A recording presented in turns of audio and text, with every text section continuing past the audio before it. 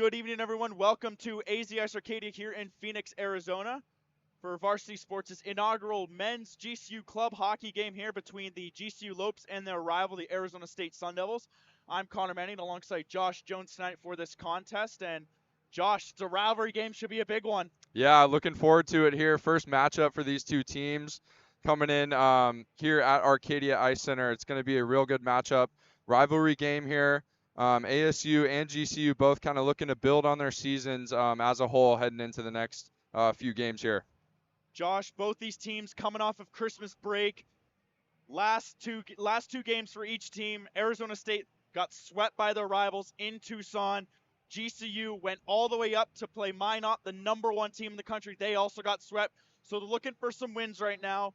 It's the first of 4 consecutive meetings between the two teams, and there are 6 points up for grabs this weekend in the Western Collegiate Hockey League standing. So this should be a major contest. Huge game here. Looking just at the division, both teams kind of sitting at the bottom right now, getting swept, looking to bounce back here, playing against each other kind of on the same level of this season here. And this is a huge swing these next 4 games. So to kick it off here tonight, looking forward to a big matchup.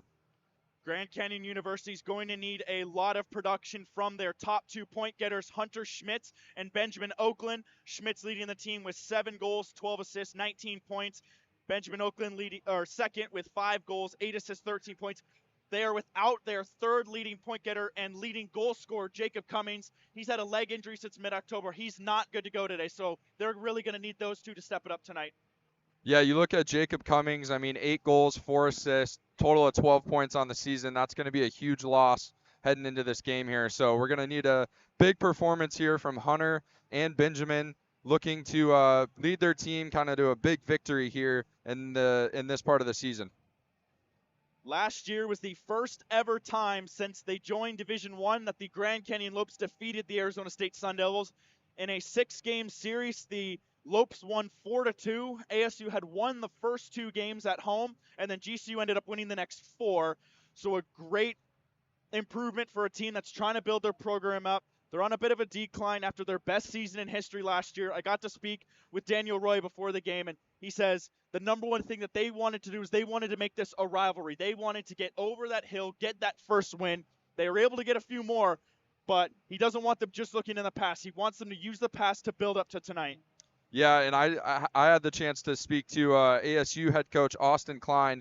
He had similar things to say. He had a sour taste in his mouth from last season with those losses to GCU. He wants his team to bounce back after their historic start in this matchup, winning so many games in a row against the Lopes. So Austin Klein looks to gather his boys and get the team ready here for a huge bounce back game against the GCU Lopes.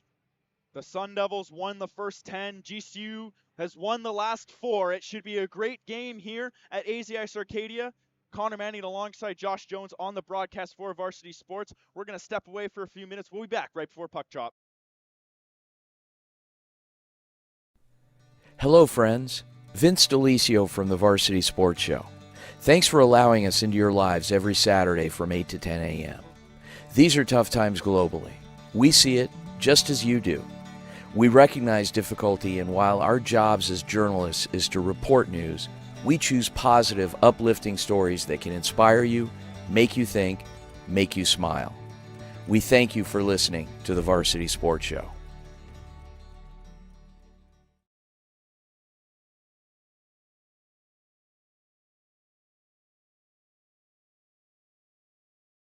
For the pregame festivities here, the starting lineup introductions, the national anthem, and puck drop. But before we get there, we're going to kick it over to pregame interviews with both of the coaches.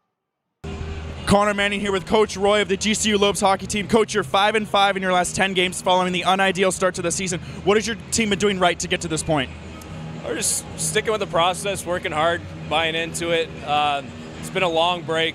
Guys are ready to get back over break, talking to them. They're excited about this 4 games in a row and 2 weekends against our crosstown rivals. So it's all about getting back on the ice, getting into the swing of things, getting into hockey shape as quickly as possible. Coach, big matchup against Minot State to end the fall semester. What are the biggest takeaways from that weekend? Oh, we played well.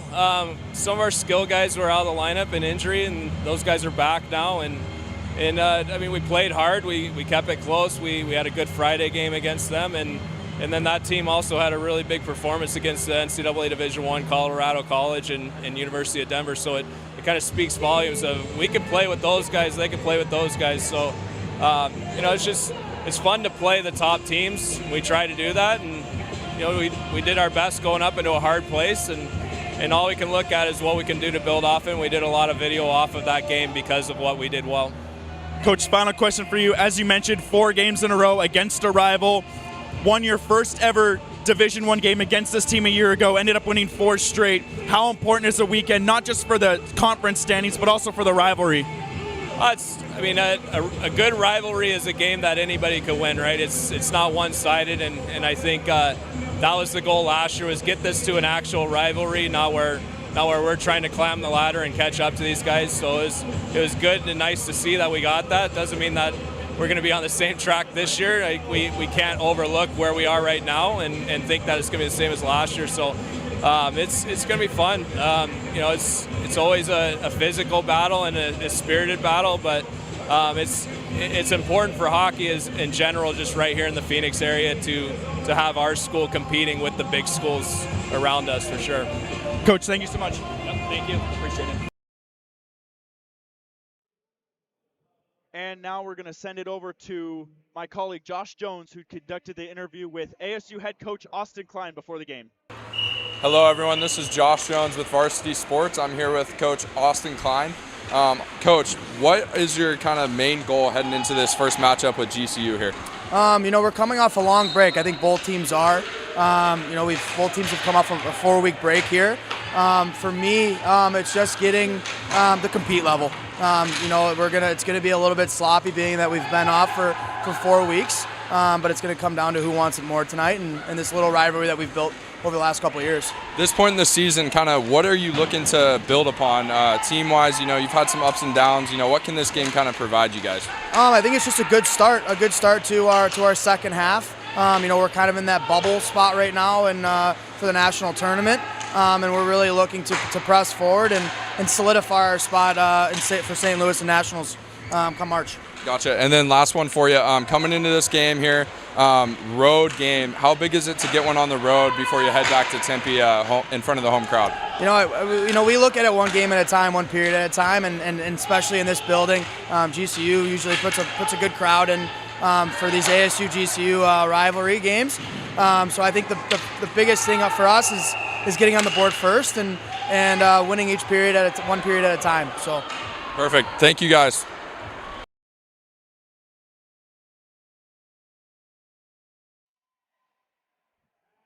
Just getting the starting lineups for the GCU Lopes. Starting at forward, number 17, Captain Colby Donovan. Also starting at forward, number 18, Cameron Neeland.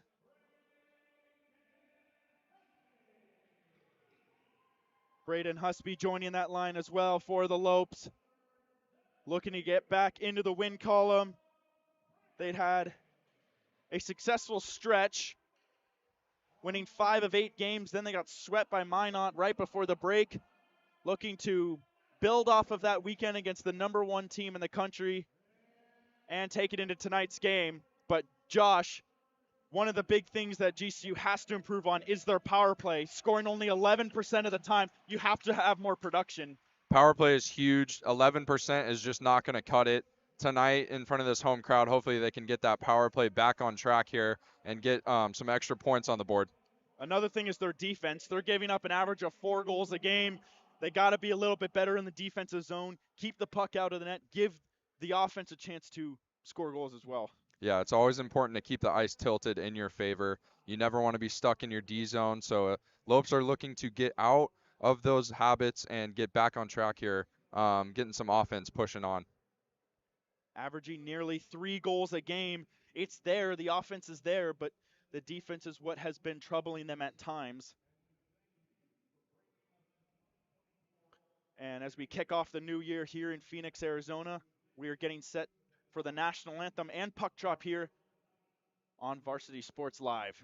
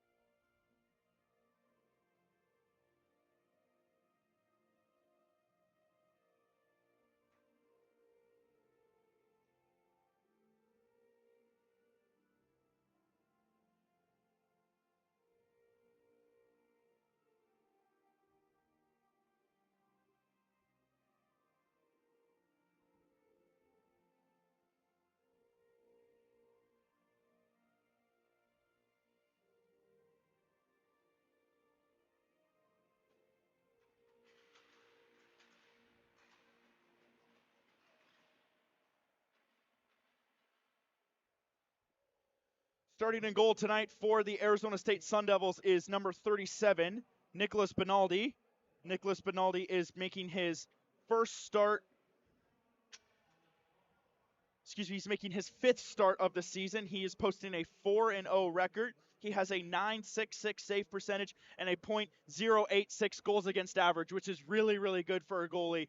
So he is looking to earn the starting job as back on December 11th, the starting goalie for Arizona State, Chase Hamwood, got the call up to the NCAA team as they had another goalie leave. So it's important. It's now a 3-headed monster battling for the top spot. For Grand Canyon University starting tonight is Jacob DeMorinville. It's kind of been a split. Him and Riley Morgan have been going back and forth this year for a lot of the starts. He's got a 4-5 record with a 86 save percentage and a 3.86 goals against average. So he's going to look to get back on the right track tonight as he gets the first start of 2024. Josh, we are set for puck drop here. Here we go, Connor. Looking forward to it. Solid crowd tonight. Matthew Gross and Cameron Nealon. Lopes win the draw. Sean Spring back to retrieve it. He carries it behind his own net. He's pressured hard. It's kept alive by Cade Olson. Cade Olson's shot goes away. Lopes in the corner. That's number 9, Ricards Landmanis, kicking it up to Braden Husby. Husby dumps it in right of Anthony Benaldi, A battle in the corner. Husby and the Sun Devil battling for it. Picking up is Ty Marchant. He's pressured hard by Kobe Donovan. Multiple Sun Devils and Lopes battling for it in the corner. It squirts out. And it's picked up by a Lope. That's Gabe Trichler as he tried to dump it in, but he was behind the red line, so that's be an icing. And the faceoff will take place to the right of DeMorinville as Connor Tillman, the senior for the Sun Devils, has indicated. Fast start so far, Josh. Yeah, good pressure off the gates for GCU. Looking good on offense here. The key is going to come down to their defensive play, so we'll see how they do here on this D-zone faceoff. Nealon and Gross for the faceoff again. Won again by Nealon. Chasing after in the corners, Trichler. Trichler hit hard by Ryan Robinson. He's pressuring hard, throwing to the front, and it rolls in. Well, just like I said, Connor, defense is key. That's a tough break for GCU to start off this game. Good goal for ASU there, but tough break to see for the Lopes. Ryan Robinson, who played for the NCAA team last year, joined the club team this year, finds a soft spot in DeMorin's armor and gets a bad angle goal in just 50 seconds into the game. And on ASU's first shot, the Sun Devils strike first. Yeah, tough goal there to give up for Benaldi. Wraparound goal just kind of snuck under his pads there. Face-off won by number 93 for ASU, Hunter Friesian. Wyatt Palmer taking it behind the net. He carries it out, is looking for a breakout pass. He chips it off the glass, takes a bad bounce, but he's able to pick it up. He cuts across the ice, comes up the left side, tries to get a shot on goal. It's blocked away by Trichler. Dumped back in. Chasing after it is number 93, Friesen again. He's met by Trichler, hit hard. Behind the net, Caden Butler. He's harassed by a Lope. That's number 40, Mikhail Sumchuk, the Ukrainian, playing in his first game for GCU. He just barely got eligible as the Lopes started the semester yesterday. So he was able to become eligible to steal here. Hunter Schmidt's coming in alone. And a save by Benaldi. He stole the puck away from Trenton Wright. Had a wide open opportunity, but a great stop by Benaldi. What a play there by Schmitz. Just what a steal right there in the neutral zone. Gets a chance, gets a breakaway. Puts a good move on him and just can't quite put it home. First good opportunity of the game for the Lopes. Benjamin Oakland and Ben Chase at the faceoff circle here to the right of Benaldi. Minute 35 gone. Faceoff won by Oakland. Gets back to the point and just chipped in by Dylan Dent. Trevor Kennedy tried to get it out. It was able to get out, but not far enough. It was caressed by Dent and dumped back in. That's Carson Kuchar that now he drops it back to Grady Franklin. Franklin throws it up to Trevor Kennedy, who just chips it in. Going after it now is Ricards Landmanis. He drops it back to Dent. Dent taking it up the left side, looking for the breakout pass. Ethan Peterson wasn't able to hold on to it, and the Sun Devils take possession back. Kennedy chips in a pass, dumped it in. Dylan Dent chasing after it. Met hard by Kennedy, hit into the corner. Cooch had it in his skates. It was taken away by Oakland. Oakland tried to go after it and was taken away by the Lopes. Cade Olson, captain for the Sun Devils, throws it up. No icing as the stick was lifted by Cooch, and it's met by Sean Spring behind the net. Spring cuts the other way, takes it up, drops it off. He was looking for Corey Potash there. met by a flurry of Sun Devils, and they were able to take it and go the other way. Dumped in by Cade Olson. Going out to play, it's DeMorinville. He's met there by William Boyer. Boyer was able to block it down, gets it back to the point. Olson tried to pass to Boyer, but he couldn't hold on to it. Michael Lewis tried to get it out, but it was chipped back in, and Will Boyer takes it all the way down. ASU continues to apply pressure here, back and forth. Landmanis is just going to flip it out. It's met there by Marchant. He's able to block it down, but the Lopes are able to regain possession. That's dumped in by Michael Lewis. Marchant chases after it. Throws it over to his partner Olson, but it wasn't a great pass. It was bounced. He's able to get possession now. He's carrying it up. Looking across the red line to get a dump in. It hits a Lope. Falling down right there's Tillman, and a great save by DeMorinville. He wasn't able to get all of it, but a lucky bounce for the Sun Devils leads to another great chance. You know, that's a big save there by DeMorinville. I know it wasn't a great shot, but that's just huge to build some confidence after that first goal he gave up. Let's see how GCU responds here. Offense is looking pretty good. Defense, you know, forecheck is being established here by ASU in the D zone. Off the draw, it's won again by Nealon. Trichler chipped it out, and the Lopes were able to break it out. Holding on to it is Nealon, but it's intercepted by Gross. Gross dropped it back to his defender. That's Wyatt Palmer. Palmer looks to break it out, finds Ryan Robinson. Robinson throws it across to Crook. Crook looks to headman it to Tillman, and Tillman tried to dump it in, but it goes out of play.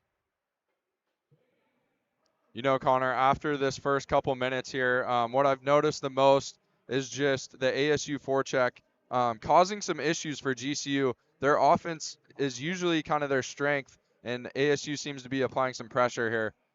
So let's see how they can kind of keep that forecheck up. Face-off won by Ryan Robinson. It gets into the zone. Chasing after it is Gavin Ukele. Ukele behind the net, so just going to drop it for Trichler. Trichler headsmans it up to Schmitz, but it's kept alive. Tillman, a shot blocked away, takes a weird bounce. It's loose in front. DeMorinville was able to get on top of it.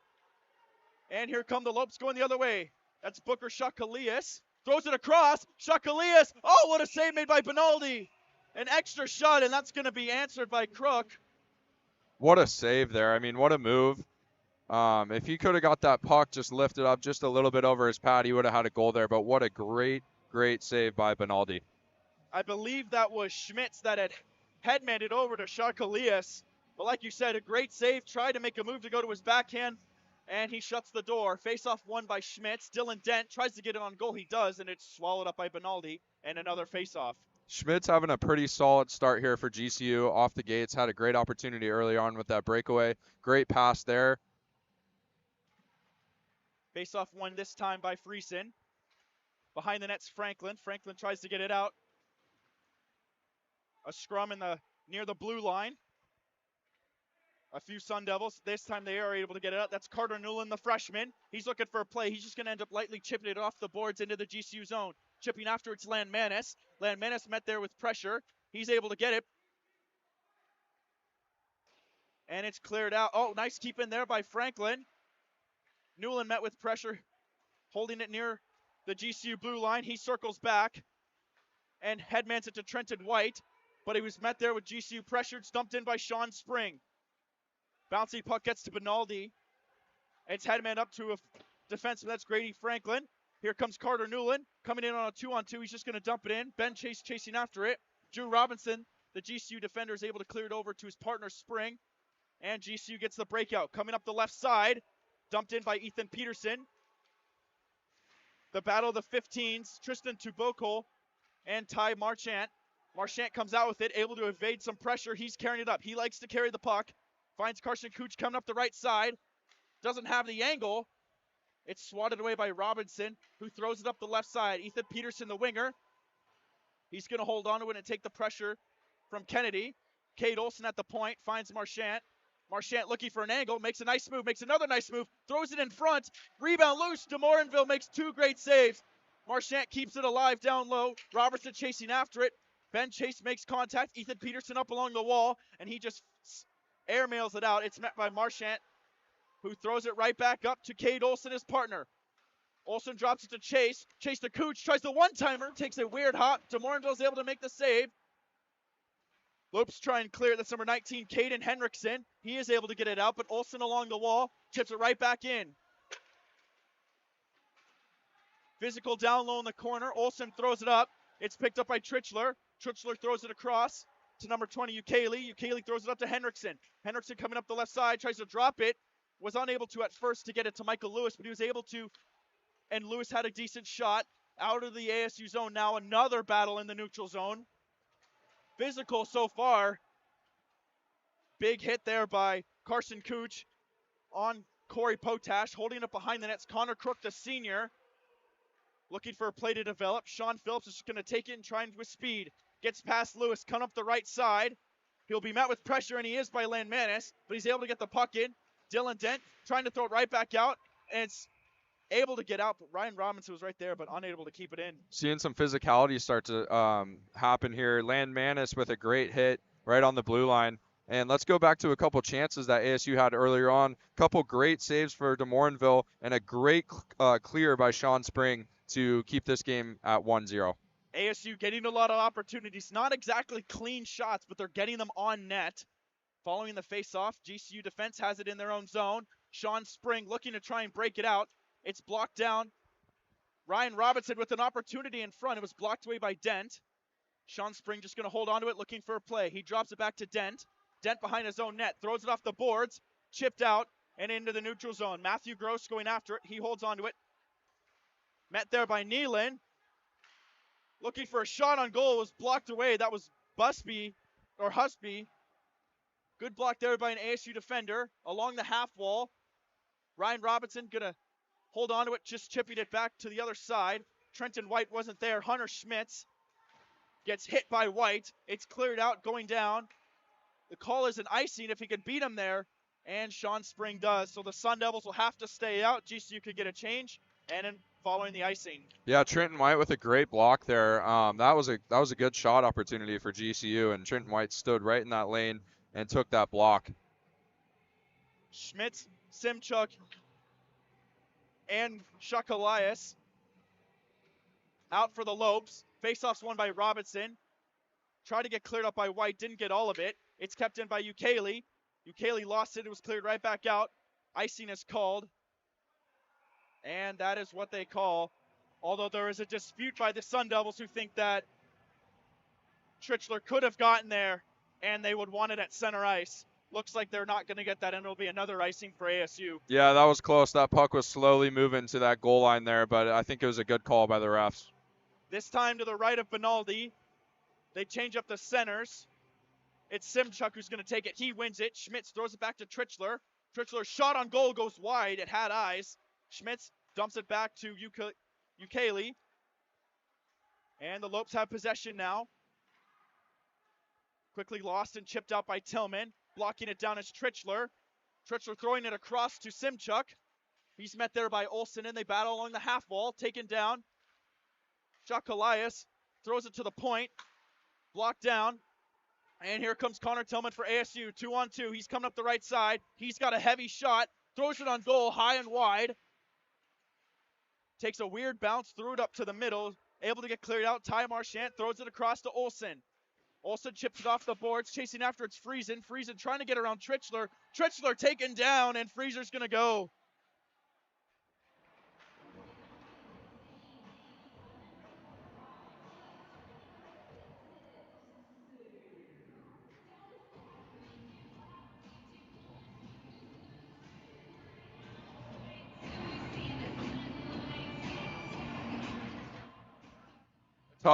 Tough to hear that call there, but huge power play here for GCU. Tying this game up would be huge momentum swing for the boys here, Connor. Tabuco, Peterson, trying to see their number one power play. You know, we were talking before the game. They desperately need a goal. Oakland at the face-off circle. He wins it. He gets possession. He drops it back. That's Landmanis. Landmanis throws it across to Peterson. Great keep in. I believe it was a holding on Hunter Friesen. I saw the call. We weren't able to hear it, but I believe that was the motion. Battle in the corner. Picked up by ASU. Cade Olsen. He's going to clear it all the way down, and Landmanis will chase after it, and the Lopes will regroup. Yeah, good clear there for ASU. The Lopes really need a goal here. Get this power play sparked. Had a couple of opportunities in Minot, unable to capitalize. It's dumped in by Peterson. Chasing after it is Tabuco. They're able to get possession. Throws it in front to Peterson. He was unable to get a handle on it. Here comes Trevor Kennedy. He's met by Landmanis. He gets the pass off to Quast, and he scores. Short-handed. It gets past DeMorinville. And the exact opposite of what the GCU Lopes wanted. Ryan Quast cashes in on the breakaway, and it's 2-0 Arizona State, 9:37 into the first period. Well, you know, Connor, that was a critical turnover there. GCU kind of caught sleeping there on the blue line, gives up that chance, and that is a huge shorthanded goal for ASU. GCU still has 1 minute, 13 seconds on this power play. Let's see if they can get one in here. Landmanis did all he could as a defender. You have to go after Kennedy, but no one able to get back. Quast came in all alone and buried it. And the Lopes are regrouping behind their net. Coming up with it is Simchuk, the Ukrainian, coming in. He's got a good opportunity, tries to make a move. It's blocked away by Crook. GCU maintains possession. Holding in at the point is Ukele. Ukele over to Schmitz. Schmitz circling the top of the circle. Ukele throws it across. Oh, and it is on the line. It's loose. And they score. It finds its way in, and the Lopes respond right away. A great pass by Ukele. I believe it was number 29, Michael Lewis. Maybe it was Simchuk, the Ukrainian. I don't know how he didn't score the first time. It might have even been Booker Shakalias. Benaldi makes a great save. There was a mad scramble in front. I have no idea who scored that. We'll find out in a second from the PA announcer. What a goal. I mean, that puck was bouncing all over the place. It looked like it originally had gone in, but they didn't call it, and it was scrambling on the goal line there and eventually got punched in. What a huge power play goal. Just 18 seconds in, the Lopes cash in on the power play, and it's a 2-1 game all of a sudden. Gross with it near the blue line. He's met there. So it's 29. Michael Lewis credited with the goal, and the Lopes are right back in it. Landmanis. ASU maintaining possession. Gross throws it up to Tillman. Tillman dumps it in. And Landmanis will go after it.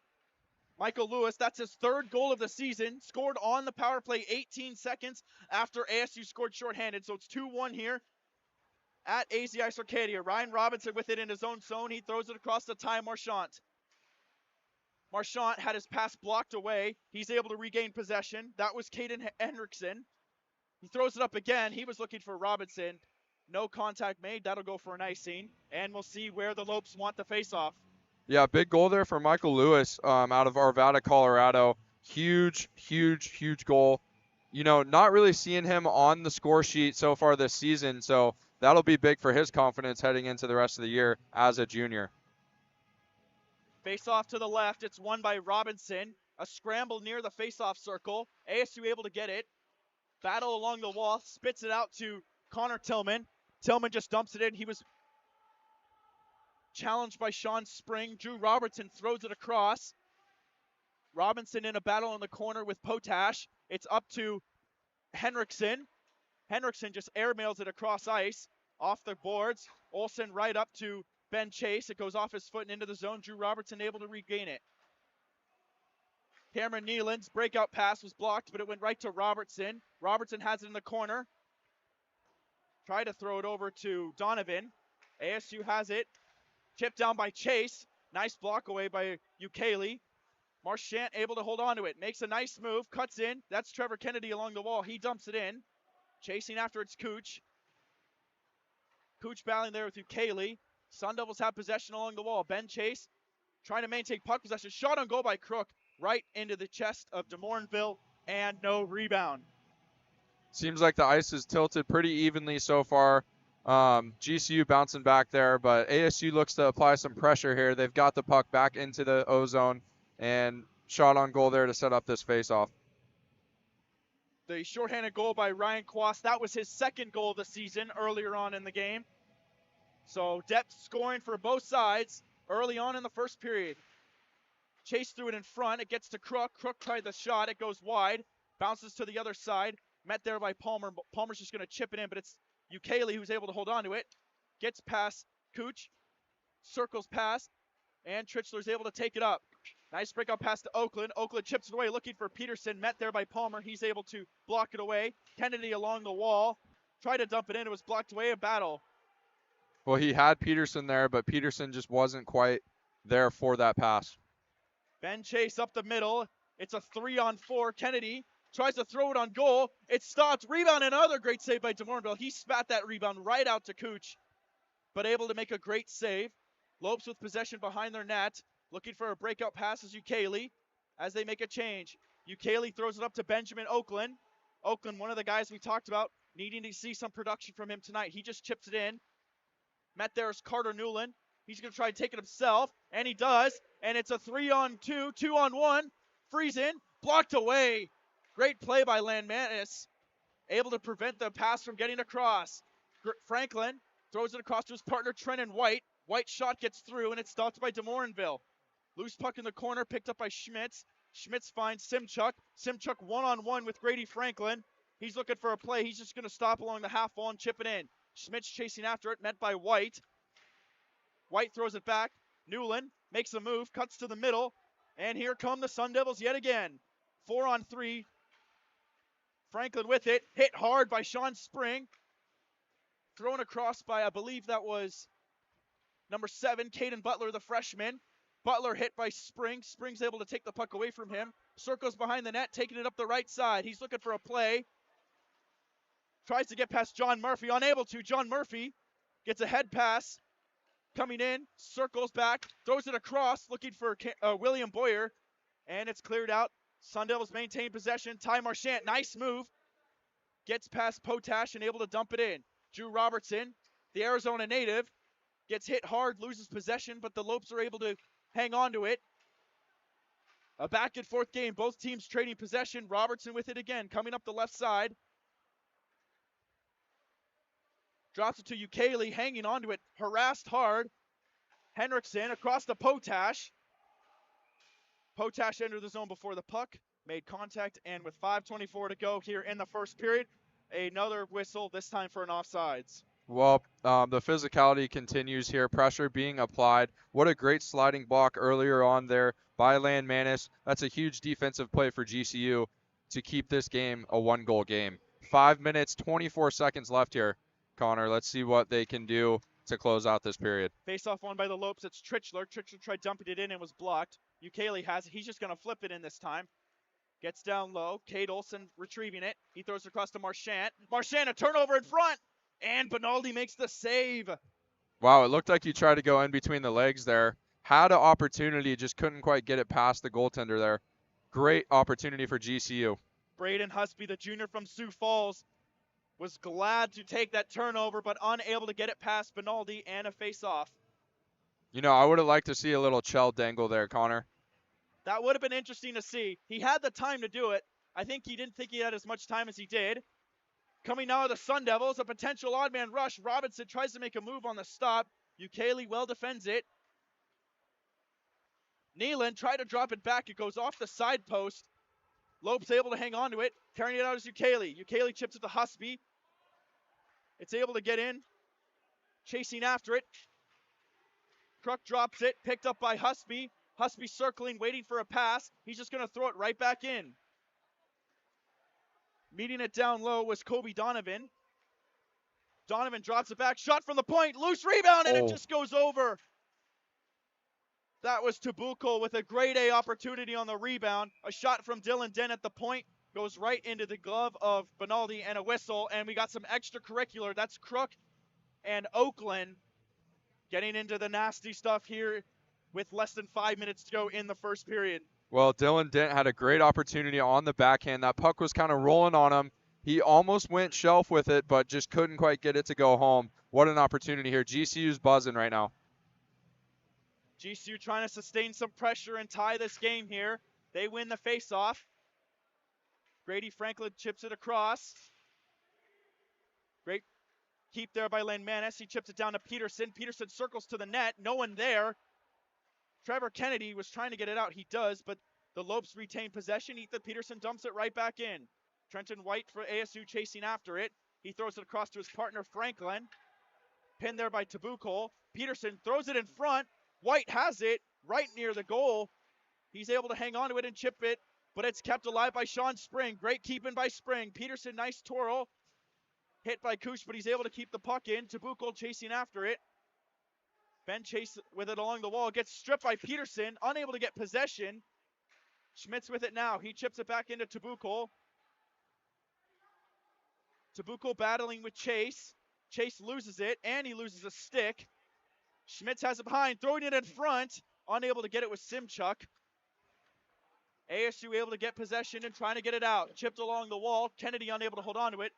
And Dent throws it across to Tabuco. Tabuco over to Sean Spring. 3-on-2 for the Lopes. Drops it back. Simchuk, the Ukrainian, a shot save made by Benaldi. Rebound spits out to Hunter Friesen. Coming in 1-on-2. Coming in with speed. Trying to get past Robinson. And he got a good opportunity. Rolled over DeMorinville and out. Marchand tried to make a move. Blocked away by Simchuk. Simchuk over to Lewis, the goal scorer. Unable to hold on to it. Cade Olsen gets it out. Caden Butler. Nice drop pass to Newland, but that's offside. Great play by Butler, but just a little offside with 2:43 to go here in the first period. You know, I got to give some credit to ASU on defense here. GCU had some key opportunities, and ASU held their own in their own D zone there to keep the game at a 1-goal lead for ASU. GCU looking to bounce back here.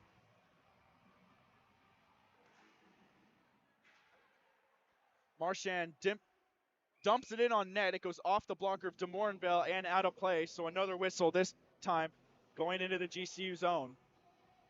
It appears, you know, throughout this game, Connor, ASU's had some great opportunities. They're struggling getting into the zone, though. They need a little bit more flow entering the zone. Looks like they're trying to make moves, trying to make that one extra move at the blue line. GCU doing a good job anticipating that and making it difficult. ASU with possession in the GCU zone. That's Butler behind the net, trying to get past the defender, able to dump it up to Marchand. Marchand, a shot on goal, doesn't find its way through. It's picked up by Ukele. Ukele looking for Husby. ASU able to grab it. Marchand over to Olsen. Olsen's breakout pass was deflected up in the air, and GCU able to retain possession. Chipped in. Olsen blocks it down. So GCU's only able to dump it in. They can't enter the zone with Husby entering too early. Marchand throws it across to Matthew Gross. Gross didn't know where it was. ASU gets into the zone. Connor Tillman met by Dylan Dent. He's able to dump it in. He was looking for Gross. Gross chasing after it. Dent able to throw it up to Lewis and chipped out. Sun Devils maintaining possession though. Marchand up to Tillman. Tillman met by a bunch of Lopes. He's only able to chip it across. Able to keep it in Gross. Gross knocked down. Try to throw it across to Robinson. And the Lopes come the other way. Potash waits. Tries to throw it in front. There's no one there. Drew Robertson. He's just going to dump it in. He looked like he wanted a shot, but was met there by a Sun Devil. 2-on-2 battle down low. Looks like that's Henriksen circling up to the point to Spring. Spring dumps it in. Crook chasing after it. Holds on to it, looks for a pass. He's just going to flick it up. And Robertson's there. There's a whistle. I believe the net's off. And they'll fix that, and I believe the faceoff will stay in ASU zone. Solid cycling here for the Lopes in the O zone. Trying to create some opportunities, just can't quite get an open man. 61 seconds to go here in the first period of the first game of 5 between the Lopes and the Sun Devils this season. The first of 4 in a row. They will play tomorrow night at 7 p.m. here at AZ Ice Arcadia in the second game of the weekend. Sun Devils win the faceoff. Olsen throws it to Cooch. He tips it in. Kennedy threw it in front looking for Cooch. Unable to get it there. Olsen, great job keeping it at the blue line. Shot on goal by Marchand. It's deflected away. Down low in the corner, Sean Spring throws it up to Simchuk. Simchuk throws it across to Schmitz. Schmitz, the leading point getter for Lopes. Trying to get something. He gets a good shot. Benaldi unable to hold on to it. Loose in the front. Simchuk now tries to get a shot. It's blocked away by Trevor Kennedy and goes out of play. And with 28 seconds to go, the Lopes will have an offensive zone faceoff. Wow, Simchuk had Ukele backdoor there for an opportunity. Didn't quite see him there. Decided to take the shot. It got blocked.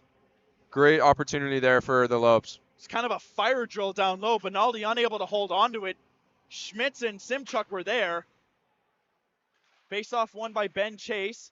Thrown across, chipped out by Butler. Chasing after it's Dylan Dent. Dent with the puck now, circles, throws it up to Peterson. Peterson met there by Olsen. He's able to dump it in. 15 seconds to go. Marchant with it behind his own net. Met by a couple of Lopes. Something in front. Gets cleared to the corner. Marchant's just going to clear it out with 5 seconds to go. Chasing after it's Landmanis. This might do it for the first period. And that'll do it. End of the first period here in Phoenix, Arizona. The ASU Sun Devils took a 2-0 lead in the first 10 minutes of this game, starting off with Ryan Robinson scoring his 8th goal of the season, 50 seconds into the game. Then Ryan Quast scoring his 2nd goal of the year, shorthanded at the 9:45 mark. And then 18 seconds later, Michael Lewis scores his 3rd goal of the season on the power play. And that's where we're at. Shots on goal, ASU has 12, GCU has 11. Both teams will head to the locker room and have an ice cut, and they'll be back out in about 15, 20 minutes. So, Josh, what are your thoughts on the first period? Well, Connor, like we talked about, GCU's defense kind of struggled coming out in the first period, but they stepped it up a little bit, got a big goal to keep it a 1-goal game. Offense looks great out there. Just need to stay sharp in the D zone. Both teams had over 30 days off in between games, so you kind of had to expect a little bit of sloppy play, a little bit of rusty play. Both teams had multiple practices this week to get ready for this game, but games always translate differently than practice, and you could tell some of the passes just aren't quite there for GCU and for ASU. Yeah, both teams doing a pretty good job at getting sticks in lanes. You look at the last 5 games for Arizona State, some close matchups. They got a big win in there. Their losses, they've lost 4 of the last 5, but most of those losses were close games. You look at GCU's last 5 games, some big losses. So you kind of didn't know what to expect coming into this one. ASU with the 1-goal lead, but GCU's kind of held their own here in this big matchup. Both teams currently on 2-game losing streaks. Arizona State winners of only 2 of their last 10, so they are looking for a desperate turnaround this season, especially with the national championship tournament. Only the top 20 get in, and there are auto bids. So being 17, 18, 19, 20, that's not where you want to be, especially with ASU at number 23. They need to start building some wins. GCU at 34, they really need to start building some wins. They need to go streaking here if they want to advance to their first ever tournament appearance. Well, like we talked about, this is a big rivalry game for GCU and ASU. GCU, this would be a huge momentum change if they could beat Arizona State team that's been right on the line of the win and loss column. GCU kind of needs to get right back there like we've talked about. But hanging in this matchup, not really looking like the previous games that they've had recently. So it's good to see them kind of keeping it close. What would you like to see in the next period here, Connor? Well, if you're GCU, you knock the rust off. I think a big monkey off the back is getting that power play goal. It's only their 11th power play goal of the season. A great response after the Sun Devils score shorthanded, which is never good in a hockey game. So able to respond, only down by 1. This was the feeling out game, the first time they've seen each other all season. What does each team have to bring? GCU, they're skating out there. They're hanging with the Sun Devils. They need to get more shots on net. And if you're ASU, kind of the same thing. You're getting those shots. They're just not getting on net as well. So for the Lopes, it's coming out and, just continuing to battle, continue to get pucks on net, especially with Simchuk, the Ukrainian, his first game of the year, playing with Schmitz, playing with Shakalias, getting used to each other. They've had a few practices, but nothing is like the game. We're going to take a break here. We'll be back in a couple of minutes for the second period here on Varsity Sports. Hi, my name is Eric Perry, and I'm the proud owner of Eco Roofing Solutions.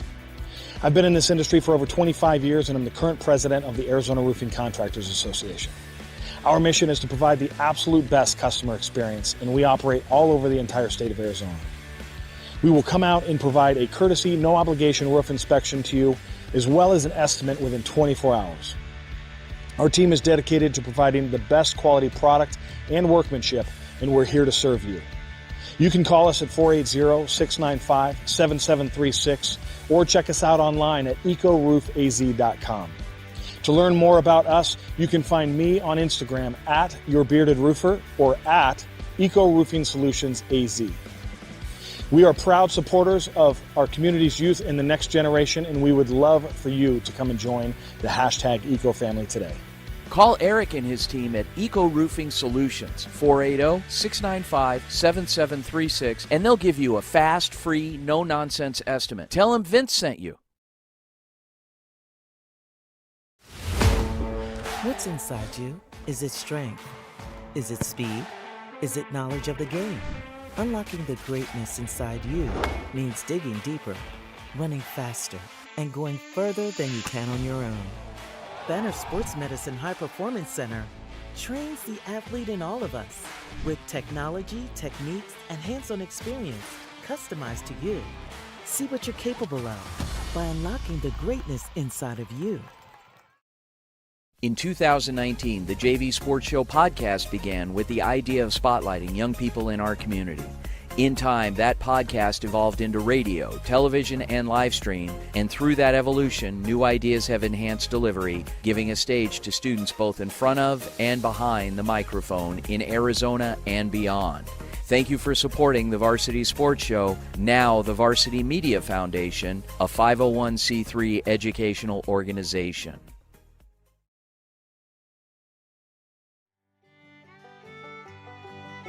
Hey folks, J.R. Lambright here, special field correspondent for the Varsity Sports Show.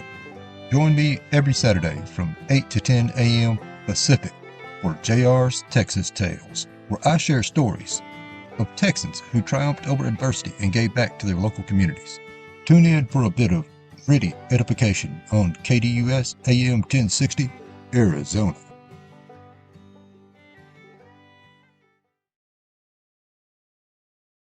Hey guys, Vince here to talk about Angel Dentistry. It's where my wife and I have gone for over 10 years, and we trust them with our routine and extensive dental care because they care. Dr. Amber Angel is an Arizona native, born in the town of Miami, and has been practicing in the Valley over 20 years. For general to comprehensive dental services, call 602-788-2008. Located off of Cave Creek Road just north of the 101 in North Phoenix. Angel Dentistry, proud supporters of our young people and proud partners of the Varsity Sports Show. What's inside you? Unlocking the greatness inside you means digging deeper and going further than you can on your own. Banner Sports Medicine High Performance Center uses the latest technologies to train the athlete in all of us. Unlock the greatness inside of you. Hi, my name is Eric Perry, and I'm the proud owner of Eco Roofing Solutions. I've been in this industry for over 25 years, and I'm the current president of the Arizona Roofing Contractors Association. Our mission is to provide the absolute best customer experience, and we operate all over the entire state of Arizona. We will come out and provide a courtesy, no-obligation roof inspection to you, as well as an estimate within 24 hours. Our team is dedicated to providing the best quality product and workmanship, and we're here to serve you. You can call us at 480-695-7736 or check us out online at ecoroofaz.com. To learn more about us, you can find me on Instagram at YourBeardedRoofer or at Eco Roofing Solutions AZ. We are proud supporters of our community's youth and the next generation, and we would love for you to come and join the hashtag Eco family today. Call Eric and his team at Eco Roofing Solutions, 480-695-7736, and they'll give you a fast, free, no-nonsense estimate. Tell them Vince sent you. What's inside you? Is it strength? Is it speed? Is it knowledge of the game? Unlocking the greatness inside you means digging deeper, running faster, and going further than you can on your own. Banner Sports Medicine High Performance Center trains the athlete in all of us with technology, techniques, and hands-on experience customized to you. See what you're capable of by unlocking the greatness inside of you. Hello, friends. Vince DeLisio from the Varsity Sports Show. Thanks for allowing us into your lives every Saturday from 8 to 10 a.m. These are tough times globally. We see it just as you do. We recognize difficulty, and while our jobs as journalists is to report news, we choose positive, uplifting stories that can inspire you, make you think, make you smile. We thank you for listening to the Varsity Sports Show.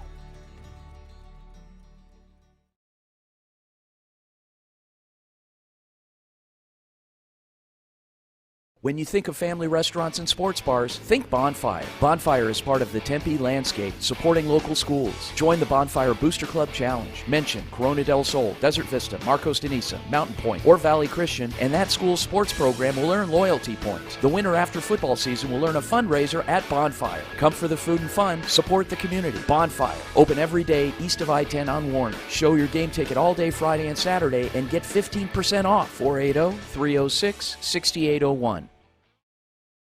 In 2019, the JV Sports Show podcast began with the idea of spotlighting young people in our community. In time, that podcast evolved into radio, television, and live stream, and through that evolution, new ideas have enhanced delivery, giving a stage to students both in front of and behind the microphone in Arizona and beyond. Thank you for supporting the Varsity Sports Show, now the Varsity Media Foundation, a 501c3 educational organization. Hey folks, J.R. Lambright here, special field correspondent for the Varsity Sports Show.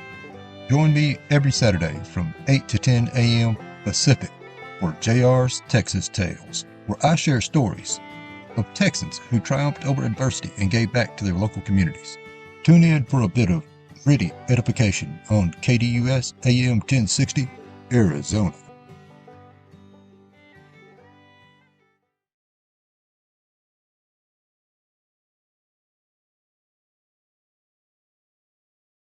Hey guys, Vince here to talk about Angel Dentistry. It's where my wife and I have gone for over 10 years, and we trust them with our routine and extensive dental care because they care. Dr. Amber Angel is an Arizona native, born in the town of Miami, and has been practicing in the Valley over 20 years. For general to comprehensive dental services, call 602-788-2008. Located off of Cave Creek Road just north of the 101 in North Phoenix. Angel Dentistry, proud supporters of our young people and proud partners of the Varsity Sports Show. What's inside you? Unlocking the greatness inside you means digging deeper and going further than you can on your own. Banner Sports Medicine High Performance Center uses the latest technologies to train the athlete in all of us. Unlock the greatness inside of you. Hi, my name is Eric Perry, and I'm the proud owner of Eco Roofing Solutions. I've been in this industry for over 25 years, and I'm the current president of the Arizona Roofing Contractors Association. Our mission is to provide the absolute best customer experience, and we operate all over the entire state of Arizona. We will come out and provide a courtesy, no obligation roof inspection to you, as well as an estimate within 24 hours. Our team is dedicated to providing the best quality product and workmanship, and we're here to serve you. You can call us at 480-695-7736 or check us out online at ecoroofaz.com. To learn more about us, you can find me on Instagram at YourBeardedRoofer or at Eco Roofing Solutions AZ. We are proud supporters of our community's youth and the next generation, and we would love for you to come and join the hashtag Eco Family today. Call Eric and his team at Eco Roofing Solutions, 480-695-7736, and they'll give you a fast, free, no-nonsense estimate. Tell them Vince sent you.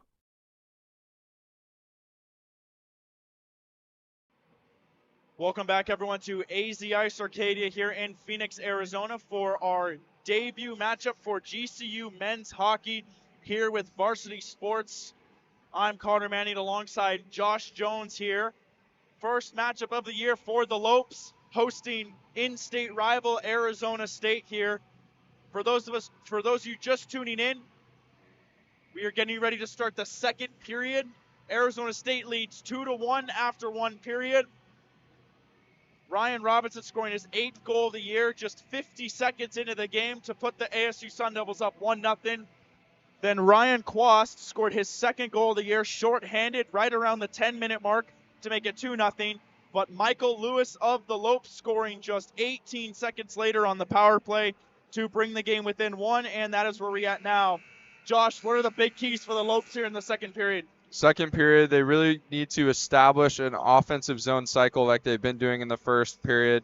We had a very interesting sequence there where they got on the power play, gave up a shorthanded goal, but then capitalized on the power play. So it kind of canceled itself out there. We need to see some more offense. They've actually played pretty solid defensively considering ASU. Coming into this, I believe ASU had a game plan for their lack of defense. So GCU's done a pretty good job. I've seen Sean Spring and Land Manis do a great job with blocking shots in the lane and passes overall. So GCU's just got to continue to do what they've done defensively and get some more pucks in the net. Both teams rang in the new year on 2-game losing streaks, and both need the critical points here in the Western Collegiate Hockey League standings. ASU sitting 9th, GCU sitting 10th. So to be able to take some points away from each other, try to climb back in, and even try and climb up into the rankings too. We were talking in the first intermission, the top 20 get in. There are auto bids, so that's not really the top 20. It's maybe more like the top 16, 17. But basically, GCU sitting at 34. They've got a long way to go. They've got 12 games left this year to get it done. They've got some premier matchups. They welcome in the University of Arizona. They welcome in number 3rd ranked Central Oklahoma. They've got good teams coming in. They need to beat them, though. Arizona State, kind of the same thing. They're sitting at 23. They're right on the edge. They've got some good teams coming in as well. They play each other 5 times this year. So for one team, for the Lopes, it's critically important to get these wins, get on the right foot, and try and get back into the standings. Yeah, Connor, to be honest with you, I think if you're GCU, I wouldn't be too worried about the future here. I would focus on this period, on this game. This is a huge turn that can take place for this squad. So ultimately it comes down to this game right here, just getting on the board, tying this thing up, and getting on to a great start here in the second period. Getting set for puck drop here. Starting 5 for the Lopes this period. Number 17, captain.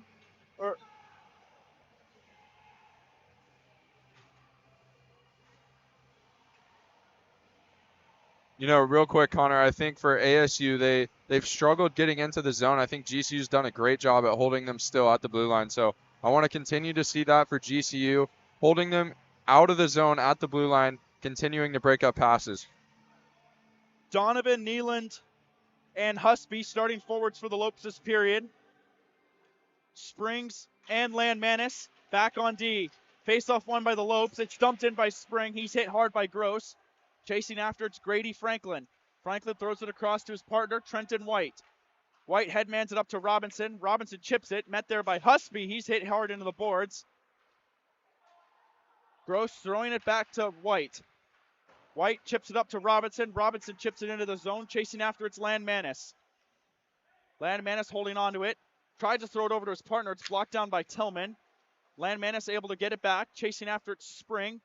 Spring throws it up to Donovan. Donovan looking for a play. He's just going to chip it out. Chasing after, it's Marchant. Marchant met with a couple of Lopes. He chips it off the glass. Robinson not able to get it into the zone. They'll try again. Here comes Robinson. Met by Landmanis. He curls. Throws it down low to Gross. Gross tries to throw it in front of Tillman. It's intercepted by Simchuk. Simchuk harassed, unable to clear it. Dumped right back in by Gross. Chasing after, it's Landmanis. Landmanis unable to hold on to it. Spring's able to pick it up. He curls up the right side, chips it up in the air, but it's blocked down by the tall Marchant, who dumps it right back into the zone. Landmanis chasing after it. Met there by Tillman. Able to make a move and chip it over to his partner, Spring. Spring looking for a breakout pass. He dumps it back to Neeland. To Landmanis. Back to Neeland. Neeland just chips it. Crook tried to make a play. Dumped right back in by Sean Spring. Benaldi plays it into the corner. Cooch picks it up. Skates with it. Tries to make a move. It's blocked away. Crook's there to pick up the pieces.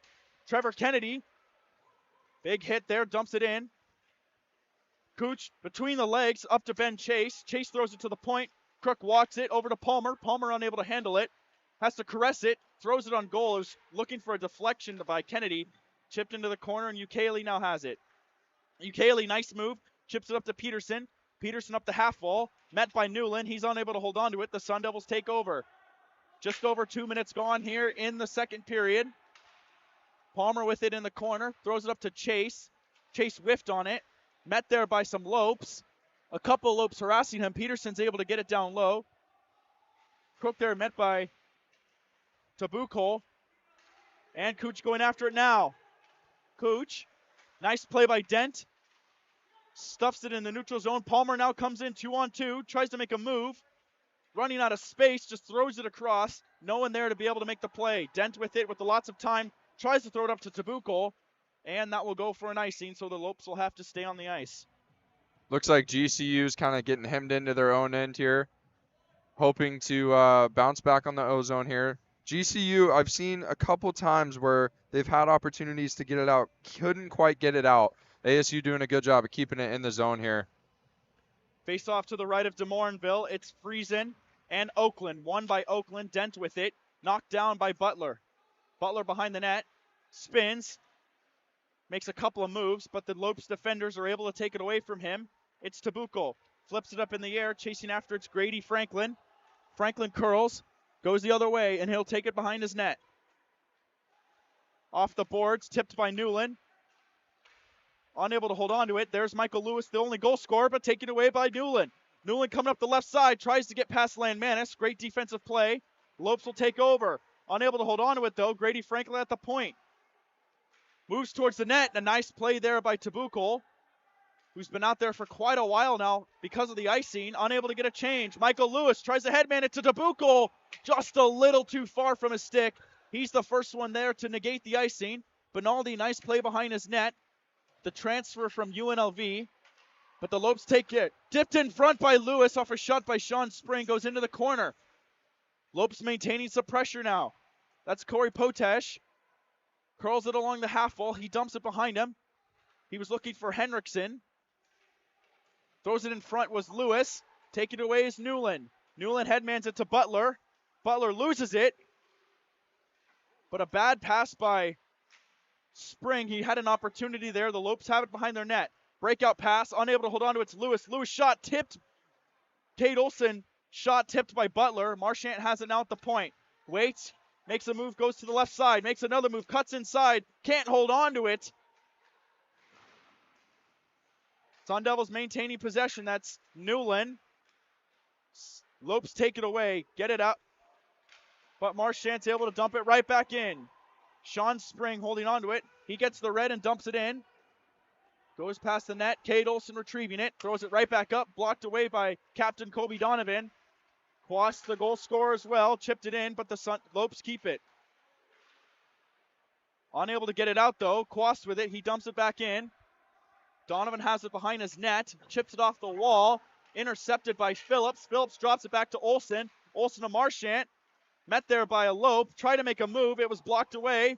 GCU unable to get the puck out. Nice keep it by Marchant. Marchant from his knees tries to get a shot off. I thought it went out of play. The rest didn't see it, so we play on. GCU struggling to get it out of the zone here. We need a clear here from GCU to get out of this pressure. Marchant takes the shot, goes wide. William Boyer along the half wall, dumped it to Olson. Olson throws it right back in. A skirmish in front between, trying to see, it's Quast and I don't know who the Lope was. They knocked the net off, so we get a whistle. I believe that might have been Ukele. It looked like Ukele had grabbed Quast's, it kind of had him like in a hold, and they were unable to separate from each other. Refs talking it over, trying to see where the faceoff is. Yeah, interesting skirmish there in front of the net. Not really sure what was going on there. It was kind of away from the play, but needless to say, play was stopped. GCU needs to get it out of the zone here, though. They need to get back into, they need to tilt the ice back in the other side. Face off to the left of DeMorinville. It's won by Schmitz. Lopes get it out, but it's intercepted by Palmer at the red line. He dumps it right back in. Dylan Dent curls, throws it up. Cook tried to let it go past him for the icing, but the linesman didn't fall for it. He calls it off. Chuck Elias throws it in front. Landmanis with it. Looks for a pass. It was Schmidt. Just got away from him. Crook has it in the corner. Met by Chuck Elias. Gross with it now. Throws it over to Crook. Crook up to Robinson. Robinson backhands it to Gross. Gross pressured by Simchuk. He's unable to get away from him. And Connor Tillman tried to throw it to Palmer, who wasn't in his spot. The puck goes all the way deep into the ASU zone, and the Sun Devils will regroup. Palmer drops it to White. White throws it up to Robinson. Robinson collects at the blue line, chips it into Gross. Gross harassing Simchuk behind the net. Simchuk spins away, looks for the breakout to get set up. He throws it over to Landmanis. Landmanis throws it all the way across, looking for Dylan Dent, just a little too far. Ben Chase chips it up to Robinson. Robinson walks in, shot blocker, saved by DeMorinville. Landmanis, nice little headman pass to Buchholz. He chipped it off the glass. The Sun Devils regain it. Robinson touched it at the blue line. He was offsides, though, and that will be the whistle. You know, earlier on that opportunity for GCU, I would have liked to see Landmanis take that shot. He decided to pass it. Didn't really lead to an opportunity there, but he did get back on defense, kind of held his own. And here we go, change, regroup here. Yeah, you've seen that from both defense. When you saw that earlier with Marchand, he kind of walked in and tried to make a move as well. So both teams have opportunities to get the puck on net, but maybe waiting a little bit too long. We've seen that now a couple of times from the Lopes as well, especially if they want to get back into this game and get a goal to tie it. They need shots.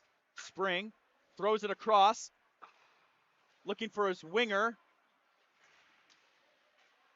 Battle in front, chipped out, and is able to get it out is Luke Wright. First time we've heard his name this game. Sean Spring behind his net now. He throws it across to Robertson. Robertson right up to Lewis. Back and forth passing. Here comes Henriksen. Henriksen to Lewis. Lewis tries to throw it in front to Wright, unable to get to him. Good keeping by Spring, just chips it down low. Lewis battling. Picked up by Franklin. Franklin was looking for Kennedy. Little too far, but it's out, and the Lopes are regrouping. Trichler dumped it in. Lopes were changing, so they weren't able to get possession. Cooch coming in. Throws it across to Newland. Newland drops it back to Ben Chase. Chase throws it across to Franklin, who passes it to himself off the wall. Franklin throws it on net just a little wide. Cooch tried to drop it back to Marchand. Big hit there by Drew Robertson. My goodness. Wow, what a hit there. That was a little away from the play, but solid hit there. After the dump in, Friesen dumps it in.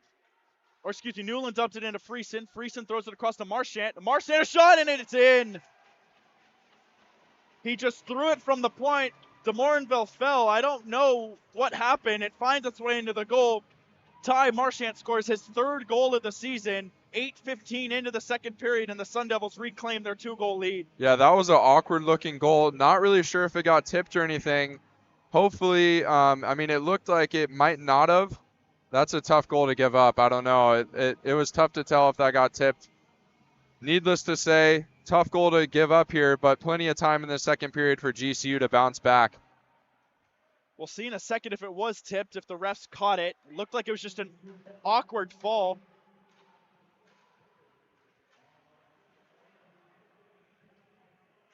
So it is Marchand getting his third goal of the year. Sun Devils trying to get it out. It's cleared out. Looked like an awkward kind of fall there by DeMorinville, and that is just kind of a gut-wrenching goal here as GCU is kind of trying to hang on from the onslaught of pressure from ASU. Ukele throws it up to Schmitz. Just bounces over him. He's the first one to the puck. Slams his stick in frustration. He wanted that. Throws it in front to shot. They score! Mikhail Simchuk, his first career goal with the Lopes in his first career game. And another quick response by GCU. A great pass by Hunter Schmitz. And the Lopes get it right back, and it's 3-2 here. Well, Simchuk with a great opportunity, like we've been talking about, Connor. Shoot the puck. He did just that. And what a response for GCU. After yet another goal scored by ASU, GCU comes right out of the gates and responds. Makes it a 1-goal game again. I love the fight in this Lopes team here. And what a snipe from Simchuk. Just a few seconds later, I believe it was about 40 seconds later. I don't know the exact time, but the second time now, the Lopes respond right after Arizona State gets the goal. And Hunter Schmitz, just a few seconds earlier, was frustrated that he didn't get that breakaway pass to settle down. Able to pick it up, curl it, and throw it to Simchuk, his line mate, for his first career goal. And they're back in business here as things are starting to pick up. Crook has it behind his net. He's met by Peterson with lots of pressure. He's able to headman it up to Sean Phillips. Phillips overlooked Quast. And a battle for it, and it is offside. Phillips didn't like the call, but it'll be a face-off at the face-off dot closest to the benches. Shots 14 all here. Almost halfway through the second period. Low shooting second period so far. Face-off won by Phillips. Gets past Palmer. He's going to have to go chase it in his own zone. Palmer chips it over to Quast on the half wall. Quast chips it to Phillips. Phillips tried to get it ahead. Landmanis. He's able to get it to Benjamin Oakland. Oakland tried to get it up to Buchel. And it's Oakland who's able to dump it in. Crook chasing after it. Hanging on up behind his net, trying to wait for a play to start. It's been real interesting here, Connor. After each goal, it seems like the ice kind of tilts back in the other direction. It would be good to see GCU kind of continue to apply the pressure after that goal that made it a one-goal game here. Tillman tried to get a shot on goal, unable to get a grasp on it. He has it at the half wall, dumps it back in, hit hard there along the half wall. ASU able to hold on to it. It's Tillman. Tillman makes a move, trying to get past Robertson. Wanted a call there. It's chipped out by the Lopes. Chasing after it is Potash. Potash hitting White hard. That's another big hit by the Lopes. Robinson, nice pass to White, but he was unable to get it out. Physicality picking up here in the second period. Henriksen hits Franklin, pins him along the wall. Franklin able to get it over to White. Had some extra contact there up by the blue line. I believe that was Corey Potash kind of giving a shove to one of the ASU players. Able to dump it in is Franklin as he got hit by Husby. And here come the Lopes again. It's Trichler up to Lewis. Lewis chasing after it is Neeland. And it's chipped out. And Ben Chase coming in one-on-one with Ukele. Fights off Ukele, comes to the goal, tries to throw it on net. And it was well defended. Could have been a hooking there, but we play on. In the neutral zone, Chase tried to throw it to Robinson, intercepted by Ukele. I believe Robinson was trying to get off. He showed some frustration as he didn't want the puck. Ukele makes a move, goes a little high and wide on the backhand. Hoops along the wall. What a move there by Ukele. He got away with that penalty there, brings it back, and almost gets one to go. Locked down, but Chase was able to get it. Throws it over to Kennedy. Kennedy tried to throw it in front. He whiffed on it, and the Lopes take it the other way. Hit hard there by Marchant. There's going to be a penalty called. I believe he got his hands up, and the Lopes will go on the power play, and that is the call. It will be roughing. So at the 11:44 mark here of the second period, the Lopes will go on their second power play of the game, looking to go 2 for 2 on this game. Marchant having a word with Husby as he heads to the penalty box. Yeah, Ty Marchant had the right idea there to step up and make a hit. Just got his hands a little bit too high there, so ref made a good call. And he's already at a disadvantage. He's a tall player as it is, so the fact that, when he throws his hands up just a little bit, it's going to be difficult for the referees not to call it a penalty. And I mean, when you stand at 6'3", yeah, you're already pretty high up there. Face-off won by Schmitz. I don't think the Lopes were set. Simchuk's able to hold it in. Circling across is Chuck Elias. Throws it in front to Lewis. He got a tip, but it goes out of play. Benaldi's stick was also there. Face-off will stay in the ASU zone. I like that play design there. Little shot pass. Just needed a little more heat on that pass there to get that tip to go. Schmitz to take the draw along with Kennedy. Schmitz wins it. It goes to Simchuk. Simchuk throws it down to Chuck Elias, who had a good opportunity. Got away from the net. Luke Ukele tried to keep it in, but it goes all the way down, and the Lopes will have to regroup. Simchuk and Schmitz curl to provide support. Ukele takes up the middle, throws it to Schmitz. Schmitz gets across the blue line, loses possession to Buchel, unable to hold on to it. Chasing after it, battling Ukele. Big hit along the wall. Sun Devils looking for another shorthanded goal. Chase pinning it down low in the corner. There are 4 Lopes trying to get it past Chase. Yeah, I mean, Ben Chase just carrying bodies down there. Gets praise from the Sun Devils for his penalty kill work. All the way up to Simchuk. Simchuk gets across 3-on-2. Chuck Elias tries to throw it across. It was blocked away. A battle for it in the corner. Simchuk able to hold on to it. Chuck Elias dumps it down low to Simchuk. Simchuk curls up the half wall, throws it to Landmanis. Landmanis back to Simchuk. Simchuk a shot. Seeing eye shot, unable to get on net. And a battle in the corner ensues between Newland throws it across. A shot goes wide again by Simchuk. He's been given the green light to shoot. He's had a couple of shots on this power play. 28 seconds to go. Landmanis tries to throw it on net. Goes wide. Lopes able to regain possession still. The pass to Landmanis just a little too much. Bounces over a stick, and the Lopes have to regroup in their own zone. Husby throws it over to Simchuk. Simchuk chips it over to Oakland. Oakland one-on-one with Franklin. Tries to get around him. A great shot on goal, but a great glove save by Benaldi. And with 9 seconds to go on the power play, they will have an offensive zone faceoff. Great snag there by Benaldi. I would say overall this has been a pretty solid power play for GCU. Giving up a little bit of an interesting chance over in the other end, but overall great power play. GCU's power play overall looking pretty solid. Seemed like they were struggling to get it past Chase. It was 4-on-1. They finally were able to. Yeah, cycling the puck pretty well. Couldn't quite get it to fall. Missing the net a couple times. We'd like to see those shots get on goal here. Oakland and Robinson at the faceoff. It's won by Oakland. He's been successful tonight. 5 seconds to go. Spring keeps it alive. Oakland tries to get a shot off. Just grazes over the crossbar, and that'll do it for the power play. Drew Robertson has it. He throws it up to Henriksen. Henriksen carries it into the zone. Pressured hard. Shot high and wide. Spring there to keep it in. Moves to the middle.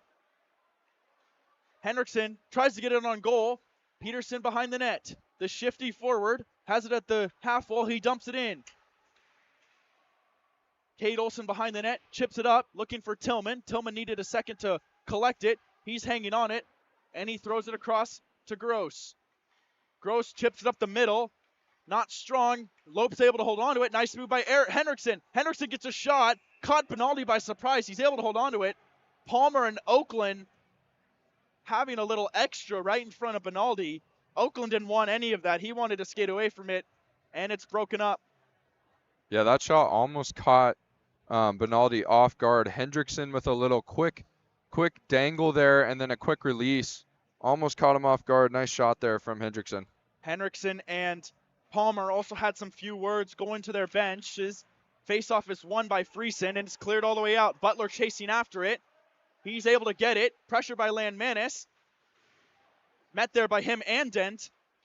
Chipped away. White leaves his defensive post to keep the puck in.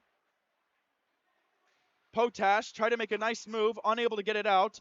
Bouncing puck. Colby Donovan has it in the corner. Potash along the half wall. Taken away by Newland. Butler drops it to White. White tried to get it on goal just a little wide. Grady Franklin dumps it back into Butler. Butler met there by Landmanis in the corner. Tried to get it out his right. Right eventually throws it across. Picked up by Potash. One-on-one with White. Shot into the pads of Benaldi. White gets tripped up. He is adamant about a call. He was tripped up by Potash. No call. I don't think the refs saw it.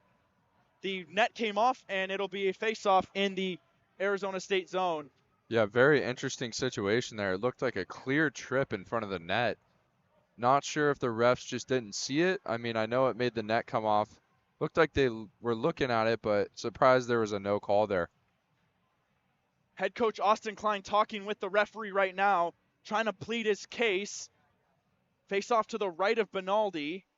It'll be Simchuk to take the draw. So him and Schmitz interchange on the face-off depending on where it is. Yeah, GCU getting away with one here. Let's see if they can capitalize. Face-off is won by Simchuk. Schmitz throws it across to Trischler. Trischler had Newland pressuring him, so he dumped it back in. Palmer throws it up to Friesen on the wall. Friesen has a second. It's taken by Butler. Butler tries to get it past a couple of Lopes. They are able to, but the Lopes regain possession and break it out. Jacques Elias chips it in. Schmitz chasing after it. He's got Palmer along the wall. Pins Palmer against it, trying to take the puck away. Simchuk has it behind the net. Jacques Elias in the corner. Tries to get a cheeky one in front. Big hit by Palmer. Friesen along the half wall. Still in the corner. Another big hit by Palmer, but he falls down as he tries to make the hit. That corner down there is like a gauntlet right now. Everyone's getting hit along it.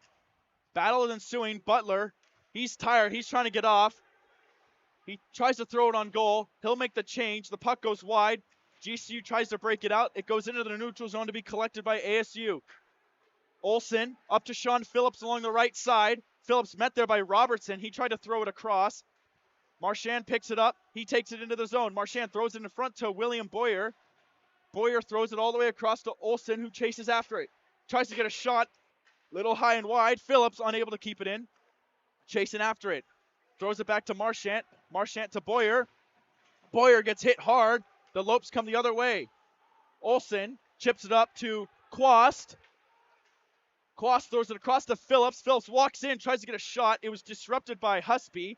Throws up to Marchand. Shot gets through, and a big save by DeMorinville, who covers it up. 3:05 to go here in the second period. Lopes down 3-2, trying to get that tying goal. But as you said earlier, Josh, back and forth momentum swings. Looks like they're trying to fight for it right now. It's kind of up in the air. Yeah, we haven't seen a long established possession in either O-zone, really. It's kind of back and forth. 3 minutes here left in this second period. Let's see if GCU can tie this thing up. You wanted better defense from GCU, who have been better, but you wanted it even more. They've held ASU to only 3 shots so far this period. 17 minutes gone. Peterson coming up. He's pressured by Olsen. Loses possession. Olsen curls and takes it the other way. Up to Chase. Chase hangs on to it. Crosses the blue. Landmanis takes it away. Throws it up to Bukol, but it was taken away by Kush. Kush walks in on his strong side, unable to get the shot away. Chase holds on to it. Marchand wanted a call. Didn't get it. Landmanis behind his net in the corner. Chucks it all the way up to Bukol, but it was taken away by Olsen. Olsen curls. Just chips it in. Oakland wanted it. A hit there, excuse me. Olsen stands him up and lets him know about it. Landmanis throws it to Bukol, just too far. Marchand, nice pass to Chase. Chase chips it over to Tillman. Tillman walks in, shot, save DeMorinville. He covers it up. Great save by DeMorinville. His 13th save of the night. Swallows it up with 2:08 to go here in the second period. Yeah, way to stay tall in there in that crease. DeMorinville, big save there. Let's keep this thing on the other end of the ice here, boys. GCU in desperate need of some offense as the ASU started to establish possession here. Robinson and Donovan at the face-off. It's won by Donovan. Robinson chasing after it. Trichler had it taken away. A loose puck. Gross tried to throw it up the middle. Blocked by Donovan. He takes it the other way. 2-on-3. Donovan up the left side. Tried to throw it over to Wright, who had come over to his side, and he wasn't available. Trichler grabbed the loose puck. Tried to throw it in front again, but Gross was the only one there to take it away. Gross curls behind his net. Throws it up to White. White, a no-look pass is intercepted. A shot, a screen in front by Donovan. Benaldi didn't see it, but it goes wide.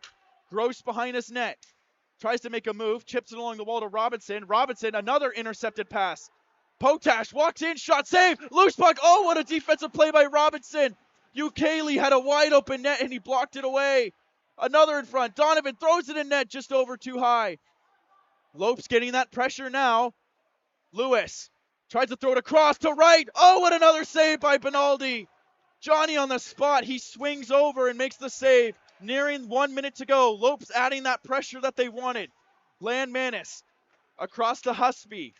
Husby tries a breakaway pass for Nealon. A little too much for him. Unable to hold on to it.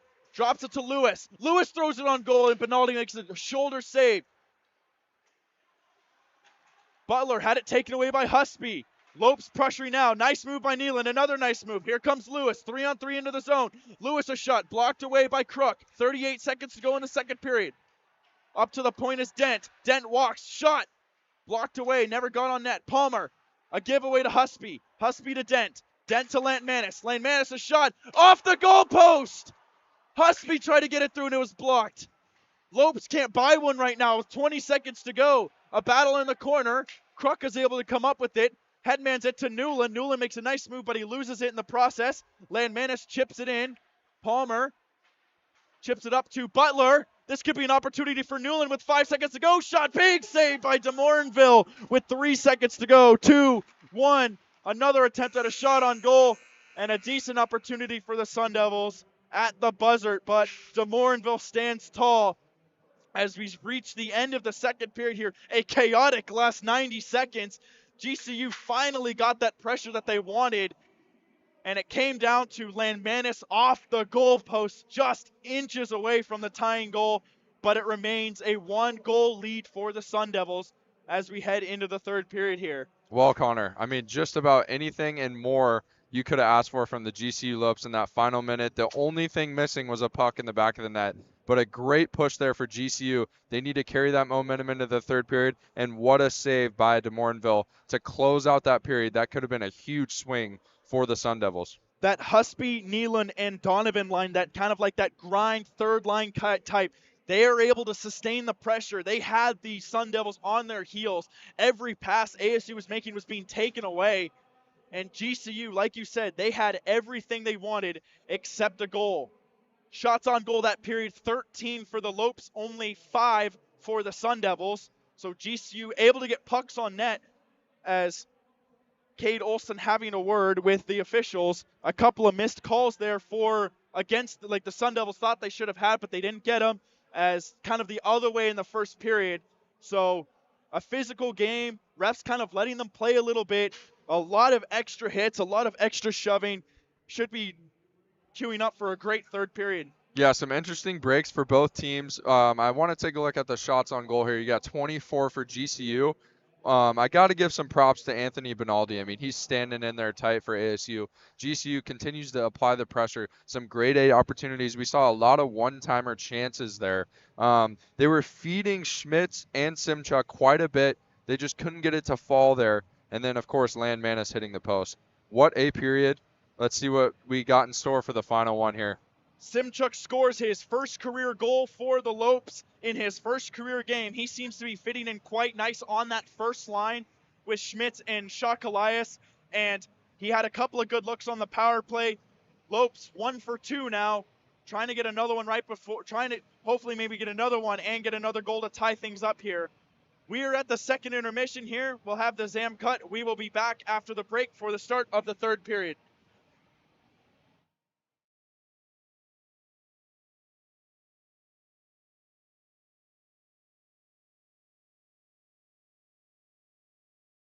When you think of family restaurants and sports bars, think Bonfire. Bonfire is part of the Tempe landscape, supporting local schools. Join the Bonfire Booster Club Challenge. Mention Corona del Sol, Desert Vista, Marcos de Niza, Mountain Point, or Valley Christian, and that school's sports program will earn loyalty points. The winner after football season will earn a fundraiser at Bonfire. Come for the food and fun, support the community. Bonfire, open every day east of I-10 on Warner. Show your game ticket all day Friday and Saturday and get 15% off. 480-306-6801.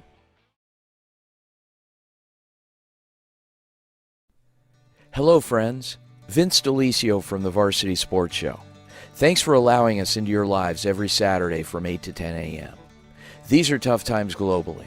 We see it just as you do. We recognize difficulty, and while our jobs as journalists is to report news, we choose positive, uplifting stories that can inspire you, make you think, make you smile. We thank you for listening to the Varsity Sports Show.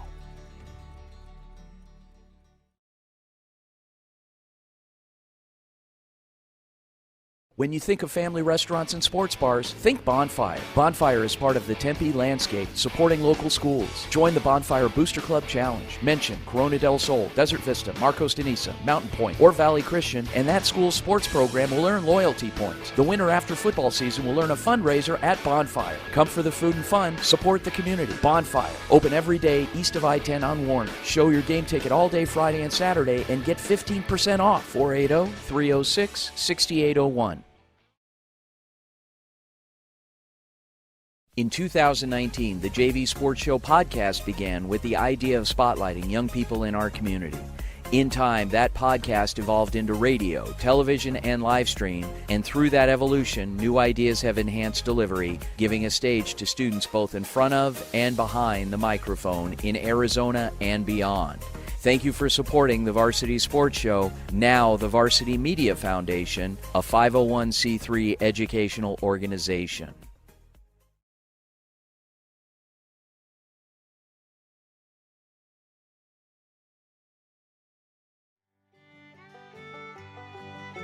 Hey folks, J.R. Lambright here, special field correspondent for the Varsity Sports Show. Join me every Saturday from 8 to 10 a.m. Pacific for JR's Texas Tales, where I share stories of Texans who triumphed over adversity and gave back to their local communities. Tune in for a bit of gritty edification on KDUS AM 1060, Arizona.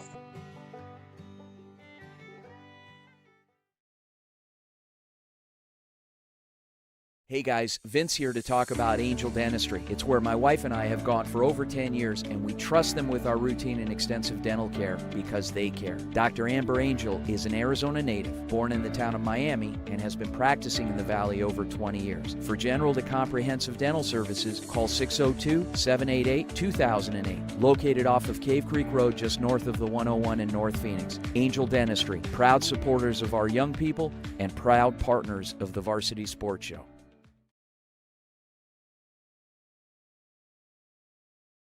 What's inside you? Unlocking the greatness inside you means digging deeper and going further than you can on your own. Banner Sports Medicine High Performance Center uses the latest technologies to train the athlete in all of us. Unlock the greatness inside of you.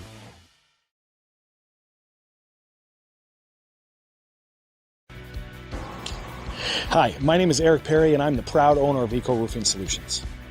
I've been in this industry for over 25 years, and I'm the current president of the Arizona Roofing Contractors Association. Our mission is to provide the absolute best customer experience, and we operate all over the entire state of Arizona. We will come out and provide a courtesy, no-obligation roof inspection to you, as well as an estimate within 24 hours. Our team is dedicated to providing the best quality product and workmanship, and we're here to serve you.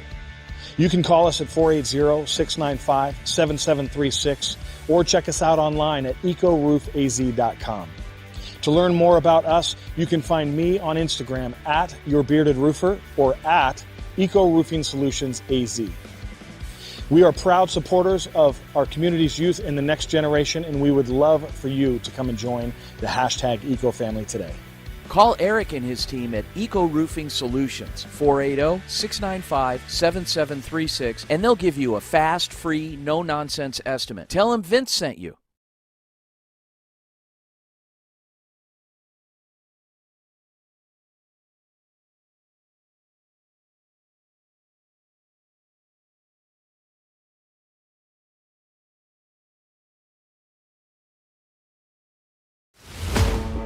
What's inside you? Is it strength? Is it speed? Is it knowledge of the game? Unlocking the greatness inside you means digging deeper, running faster, and going further than you can on your own. Banner Sports Medicine High Performance Center trains the athlete in all of us with technology, techniques, and hands-on experience customized to you. See what you're capable of by unlocking the greatness inside of you.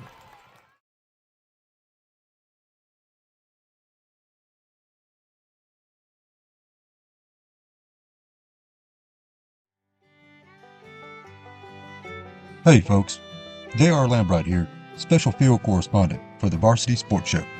Join me every Saturday from 8 to 10 a.m. Pacific for JR's Texas Tales, where I share stories of Texans who triumphed over adversity and gave back to their local communities. Tune in for a bit of gritty edification on KDUS AM 1060, Arizona.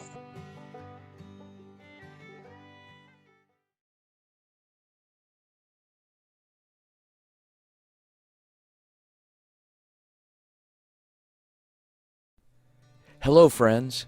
Vince Delisio from the Varsity Sports Show. Thanks for allowing us into your lives every Saturday from 8 to 10 a.m. These are tough times globally. We see it just as you do. We recognize difficulty, and while our jobs as journalists is to report news, we choose positive, uplifting stories that can inspire you, make you think, make you smile. We thank you for listening to the Varsity Sports Show.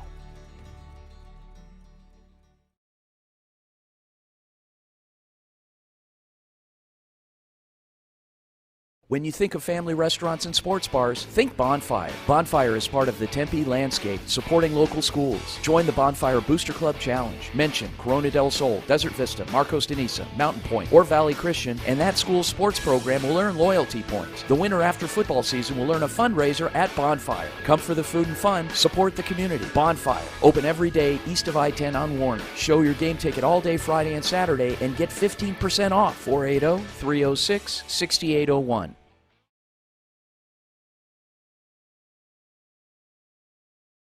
In 2019, the JV Sports Show podcast began with the idea of spotlighting young people in our community.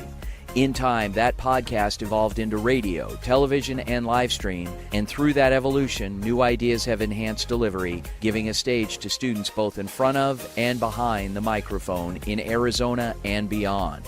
Thank you for supporting the Varsity Sports Show, now the Varsity Media Foundation, a 501c3 educational organization.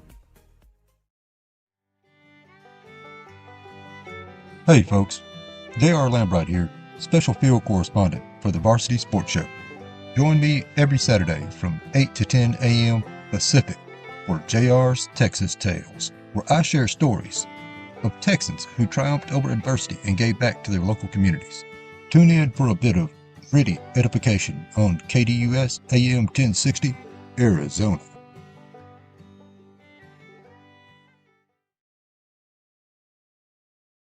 Hey guys, Vince here to talk about Angel Dentistry. It's where my wife and I have gone for over 10 years, and we trust them with our routine and extensive dental care because they care. Dr. Amber Angel is an Arizona native, born in the town of Miami, and has been practicing in the Valley over 20 years. For general to comprehensive dental services, call 602-788-2008. Located off of Cave Creek Road just north of the 101 in North Phoenix. Angel Dentistry, proud supporters of our young people and proud partners of the Varsity Sports Show.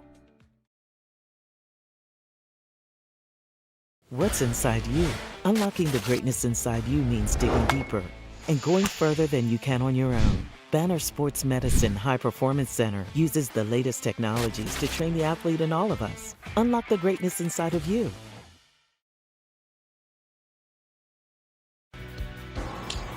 Hi, my name is Eric Perry, and I'm the proud owner of Eco Roofing Solutions.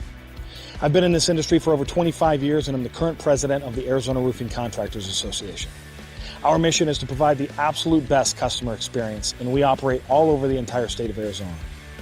We will come out and provide a courtesy, no obligation roof inspection to you, as well as an estimate within 24 hours.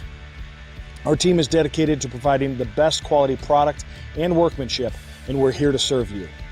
You can call us at 480-695-7736 or check us out online at ecoroofaz.com. To learn more about us, you can find me on Instagram at YourBeardedRoofer or at Eco Roofing Solutions AZ.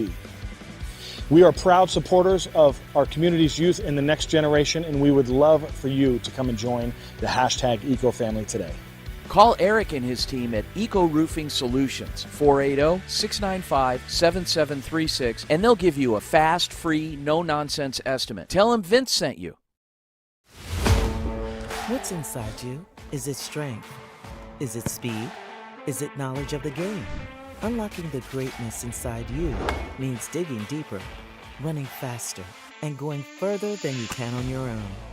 Banner Sports Medicine High Performance Center trains the athlete in all of us with technology, techniques, and hands-on experience customized to you. See what you're capable of by unlocking the greatness inside of you.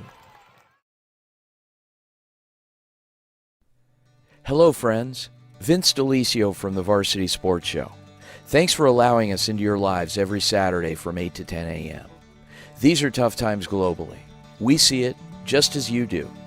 We recognize difficulty, and while our jobs as journalists is to report news, we choose positive, uplifting stories that can inspire you, make you think, make you smile. We thank you for listening to the Varsity Sports Show.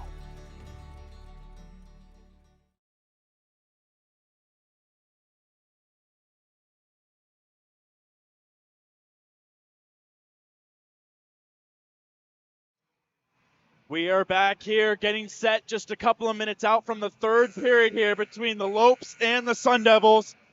A crazy 90 seconds to end the second. GCU throwing everything but the kitchen sink at Finaldi, but he shuts the door, and GCU finds themselves once again down 1 goal here to start the third period. I'm Connor Manning alongside Josh Jacobs here. And Josh, GCU, you had the intermission, but you got to come right back out and keep that pressure on. Yeah, pressure is key to this period here. A trend that we've seen in the past 2 periods is ASU coming out, getting an early goal, and then GCU responding. So what GCU needs to see here is the reverse. GCU needs to come out, score the tying goal quickly, kind of get that momentum back on their side, and then continue to apply the pressure like they did at the end of that period, because that was phenomenal. The shots are there. They had 13 shots in the second period compared to only 5 for ASU. They're able to get pucks on net, but they need a little bit more to try and tie things up and at the very worst salvage 1 point in the standings if this game were to go to overtime. But obviously if you're the Lopes, you want all 3 here. So you're going to need a couple, and you're going to need DeMorinville to continue doing what he's done and shut the door. He's given up a couple of goals, but other than the one by Marchant that he really wanted back, and most of them really haven't been his fault. One was a breakaway shorthanded, and the other one was just thrown. It was just another good opportunity early. Yeah, the Lopes are fully capable of putting some pucks in the net. They had electricity at the end of that period here. They've had some higher quality chances, in my opinion, than ASU. ASU's goaltender, Anthony Benaldi, has been standing on his head. GCU needs to continue to apply the pressure here. And I want to point out Mikkel Simchuk. I mean, he's having himself a game. Let's see what he can do in this third period. Let's see if coach continues to trust him. If they get in a power play opportunity, they've been feeding him the puck on the near side for those one-timers. So let's see if Simchuk can continue his presence on the ice. The offense needs an early goal here for the GCU Lopes. ASU has been responding at the start of each period. Second period goal scorers for Arizona State, the reigning Western Collegiate Hockey League Rookie of the Year, Ty Marchant, scoring his 3rd goal of the year. And as you mentioned, Simchuk getting his first career goal. His line with Schmitz and Shakalias starts the third period with Spring and Landmanis on defense for the Lopes. Simchuk carrying it up. He's met by a couple of Sun Devils. He chips it into the corner. Schmitz throws it back to the point to Landmanis. Landmanis at the point, throws it on net, and it's in! It might be Simchuk who deflected it in just 17 seconds into the third period, and the Lopes have tied it. I mean, Connor, that is exactly what I was just talking about, and that is exactly what GCU needed to start off this period. Just 17 seconds in, what a goal. And it was Simchuk, it appears, as he was first in the handshake line. What a goal from Simchuk. Absolutely clutch. And this game is all tied up at 3. Schmitz threw it up to Landmanis. Landmanis threw almost a perfect shot on goal, and I believe it went off of Simchuk's foot. And sudden impact to start the third period by the GCU Lopes, and we're all square here in Phoenix. Ryan Robinson throws it in front. It was swatted away by Schmidt. Spring and Gross battling in the half wall. Lopes able to get it out. Simchuk dumps it in, hit by Kruk into the ASU bench. Jock Elias chasing after Palmer. Gross able to pick it up. He's hit hard by Simchuk. A turnover. Ukeli a shot. Simchuk looking for the hat trick, just goes wide. Great pressure by the Lopes top line to start the third period. Jock Elias spins, curls down. Ukeli chips it to Shakalias, who dumps it in. Lewis throws it back to the point. Ukeli drops it back to Simchuk. Simchuk throws it high and wide as he gets off. Shakalias in the corner with Kruk. Lewis is able to come up with it to Ukeli at the top of the point. Throws it on goal. It's blocked away by Gross. Gross throws it across to Tillman. It's 3-on-3 opportunity. Tillman stops, throws it on net, goes high and wide. Lewis is able to pick it up, and he's going to take it up the wall. Lewis looking for a play. He crosses the red and just dumps it in. It rings around. Husby couldn't get there, but Nealon was. Throws it on goal. Loose in front. Benaldi. The puck was loose, but the whistle blew. Seeming a harmless shot on goal.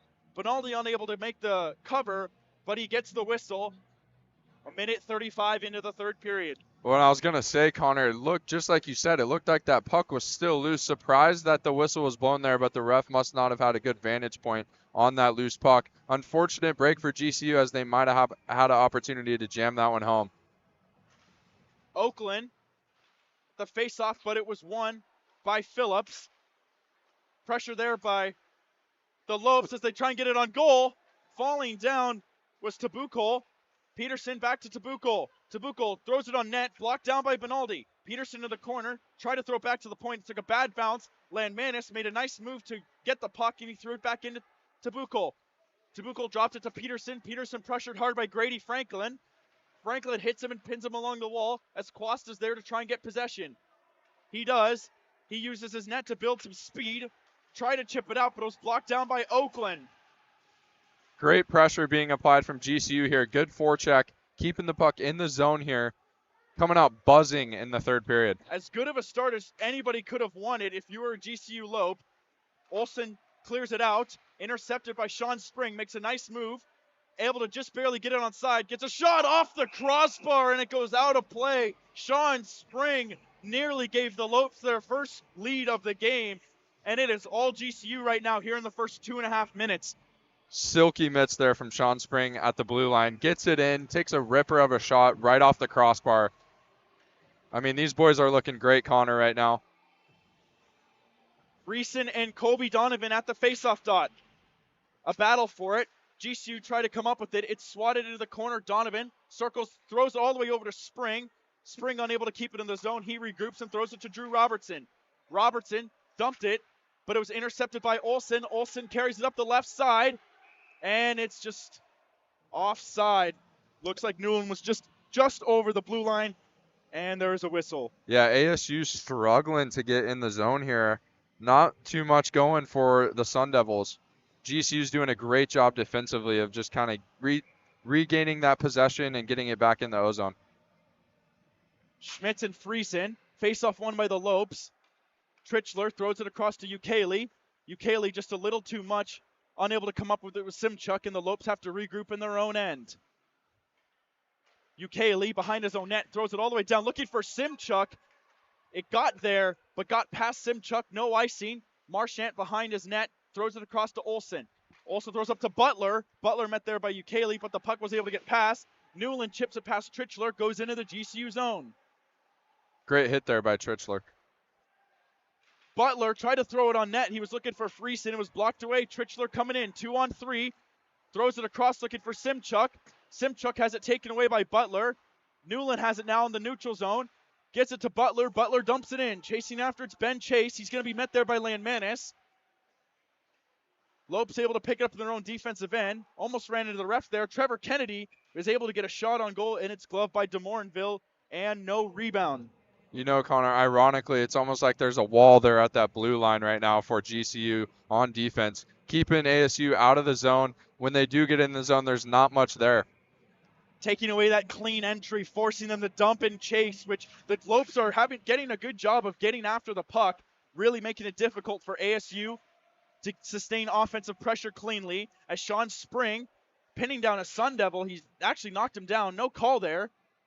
Followed by a Sun Devil knocking down a Lope. It looks like it was Cooch. Cooch walks in, gets a good shot. Great save by DeMorinville. Chase is there. He doesn't have a stick. He's able to boot it back to Palmer. Palmer took a high shot. It was blocked down. In the corner, the Lopes are able to get it out. Palmer regroups with it. He's got time and space. He curls, throws it up to Chase. Chase was looking for Cooch there, got past him, and the Lopes were able to hang on to it.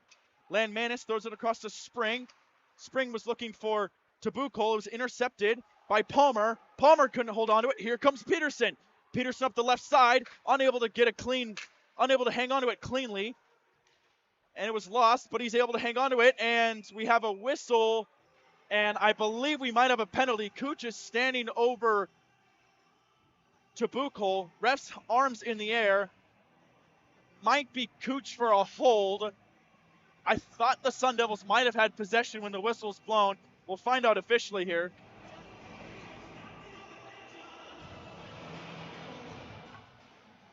And it looks like it's going to be on Tabukol, so the Sun Devils will get their first power play of the game. and not a bad power play. They're 25% this season, so they're scoring on 1 out of every 4 opportunities. They need one here. They don't really have many momentum. GCU's kind of been all over them here to start this period. So this power play desperately needs something to get ASU back in this game. Yeah, real quick, Connor, I was just going to say GCU's kind of been getting away with some stuff here, so tough break for them. Gross in the corner, throws it back to Tillman. Tillman to Marchand. Marchand over to Robinson. Robinson to Marchand. Marchand back to Robinson. Robinson tries to throw it across to Gross. It was blocked away, but the Sun Devils able to maintain possession. Gross hit hard there by Ukele. GCU's able to come up with it, and it's cleared out by Colby Donovan, and ASU will have to regroup. And that's going to be key for GCU. Just get that puck out of the zone. Be smart here. We need to keep this game tied if you're GCU. Marchand taking it with speed, looking for a play, carries it up the left side. He drops it to Robinson. Robinson throws it right over to Tillman. Tillman's just going to throw it on goal. DeMorinville makes a save. He deflects it into the corner. Gross has it, throws it all the way up to Tillman. Tillman to Robinson at the top. To Marchand. Marchand throws it across to Gross. Gross a shot off the goalpost.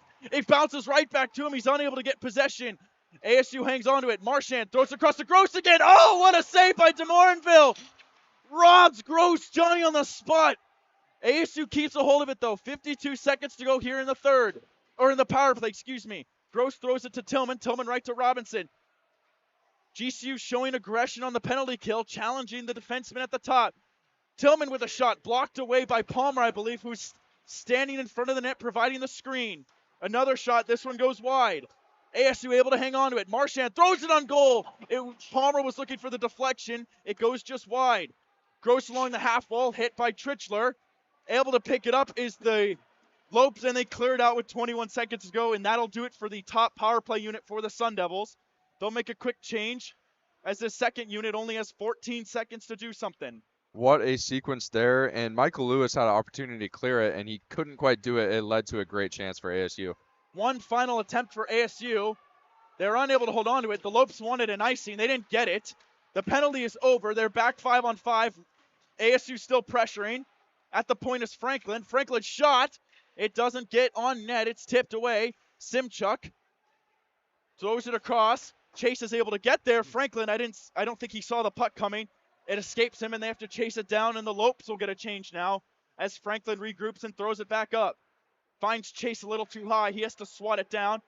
Throws it across to Trenton White. White makes a nice move. ASU unable to hang on with it. Here comes Tabuco, who just took the penalty earlier. Nice hit there by Cade Olson. He tries to chip it out, kept in by Spring. Spring walking the blue line, walks in, shot. There might have been a deflection, and Benaldi's able to hang on. Olson and I think that's Ben Oakland once again having a skirmish in front of Benaldi. 12:35 to go here in the third period. GCU survives that ASU power play onslaught and are able to keep the game tied. Yeah, Ben Oakland down low, causing some havoc down there.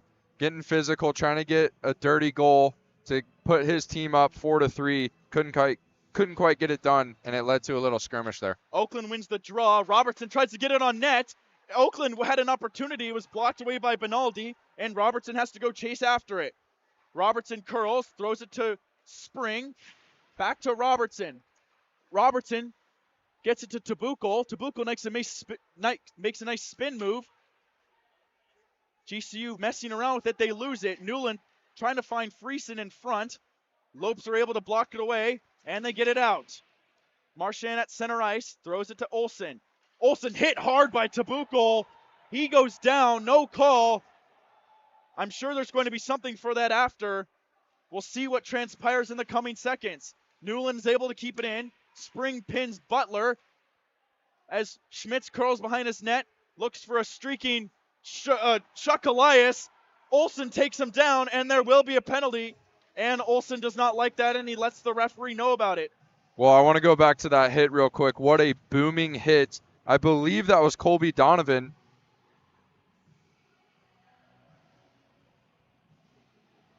Okay, no, that was not Colby Donovan. But needless to say, what a hit there. But an unfortunate penalty for ASU. And this is a great opportunity for GCU to capitalize here on the power play with 11 minutes left in the period. It looked like Olson just made contact a little too early as Chuck Elias tried to get the streaking pass as Schmitz takes a high shot right off the draw on the faceoff, and Benaldi makes the glove save. 11:36 to go here in the third period. Cade Olsen for, I don't remember, I didn't see the call. It was either interference or cross-checking. Regardless, the Lopes are on their third power play of the game. Ukele at the top of the point, throws to Simchuk, deflected in front by Shock Elias. Unable to put it on net, though, and Kruk able to make the clear, and Ukele has to chase it down. DeMorinville stops it. Ukele sets up behind the net as Simchuk and Schmitz curl to provide an outlet, but he's going to take it up. Faces pressure, throws it to Simchuk. Simchuk moves in, unable to hang on to it. Palmer takes it away and throws it back out, and the Lopes will have to regroup once again. ASU's clearing really quickly. GCU's trying to establish a cycle on this power play. GCU able to get into the zone, but not able to get any good looks on net. Simchuk carries it in, gets past Franklin. He has it behind the net. Has no one at the top. Holds on to it, dumps it down to Lewis. Lewis throws it across to Simchuk. To Ukele, has to block it with a skate. Met there by Chase, able to hang on to it and drop it over to Simchuk. Schmitz has it, throws it across to Simchuk. A shot goes high and wide. I don't know if it looked like Benaldi saw it, but it just got past him. Luckily, it was too high. Throws it across. Schmitz makes a move. Shot on goal. Rebound. Kicks out to Ukele. Shot, and it goes in! Ukele scores. He utilizes the screen by Lewis, and the Lopes have the lead, and they've scored their second power play goal of the game. Well, Benaldi did not see that puck at all. That puck was heading straight for the back of the net. The hometown crowd here for GCU goes electric, and what a goal. To put the team up 4-3, I mean, this power play has looked phenomenal tonight. Gavin Ukele with the goal.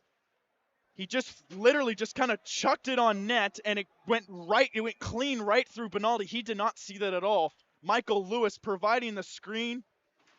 And for Gavin Ukele, that is his fourth goal of the season on the power play to put the Lopes ahead, nearing the halfway mark, and they're in the zone again. ASU now needs to respond. Marchand behind the net. He has the puck, tries to chip it out. It gets out, but no Sun Devils were able to pick it up, and GCU will regroup with it. Sean Spring throws it up to Colby Donovan, who chips it in, but ASU has it, and they're trying to break it out. Tillman throws it across to Marchand. Marchand has it, and he has some space. Tries to make a move, loses it, but gets it back. But Matthew Gross is offside, and that is for the whistle. One thing to look at here, Connor, is will GCU kind of start to play back, play conservative, or will they continue to apply the pressure here? It'll be interesting to see how they respond to their momentum shift and this first lead of the game. Face-off one, Gavin Ukele has it. He takes it behind his net. He throws it up to Oakland. Oakland to Tabukal. Over to Potash. Potash slows down, dumps it in. Tabukal chases after it.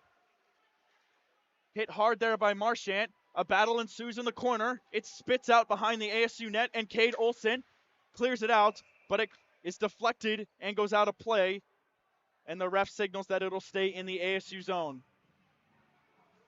Looks like ASU's kind of on their heels right now. GCU continuing to apply pressure. Great game plan coming into this third period by Coach Daniel Roy, and wow, is it paying off? 33 shots on goal for GCU. 9 this period in the halfway mark as GCU wins another faceoff. Dylan Dent just puts it into the zone. That first line is back out there. Landmanis unable to keep it in. He dumped it. Simchuk made contact with the puck, but it'll be offside. And the Sun Devils will make a change. They'll take their top line off. And the John Murphy, Sean Phillips, and Ryan Quast line comes out. Top line for GCU stays out there. And if I'm GCU, I am completely fine with just dumping that puck in, kind of playing a little defense here. Dent trying to get to the red. He finds Simchuk. Simchuk's able to dump it in, and Palmer will chase after it. Palmer throws it up. Quast unable to get it out. Landmanis, a shot on goal. There's a rebound there. Simchuk might have had an opportunity, but Benaldi had it right there and swallowed it up for the stop of play. You know, and I actually take back what I just ended up saying. I don't like playing defense there. Not sure why I was thinking that. I like the aggression here from GCU. The cold's getting to me here in the booth, Connor. Yeah, it's a little chilly up here. We only got 8:50 to go, though, so we can power through. Off the face-off, a battle in the corner. Sean Phillips trying to get it into the zone. Intercepted by Ukele. Palmer with the nice hit on right. ASU tried to get it out. Kobe Donovan, nice move, is able to keep it out while they were offside, and they do get it in. Luke Wright hit hard by John Murphy. The puck was able to stay in. Luke Wright chips it up to Henriksen. Henriksen hit by Palmer. The Sun Devils getting physical. Luke Wright gets a shot on goal. A great save by Benaldi. Palmer with it along the half wall, throws it up to Murphy. Murphy finds Quast. Quast up the right side, throws it on goal a little too high.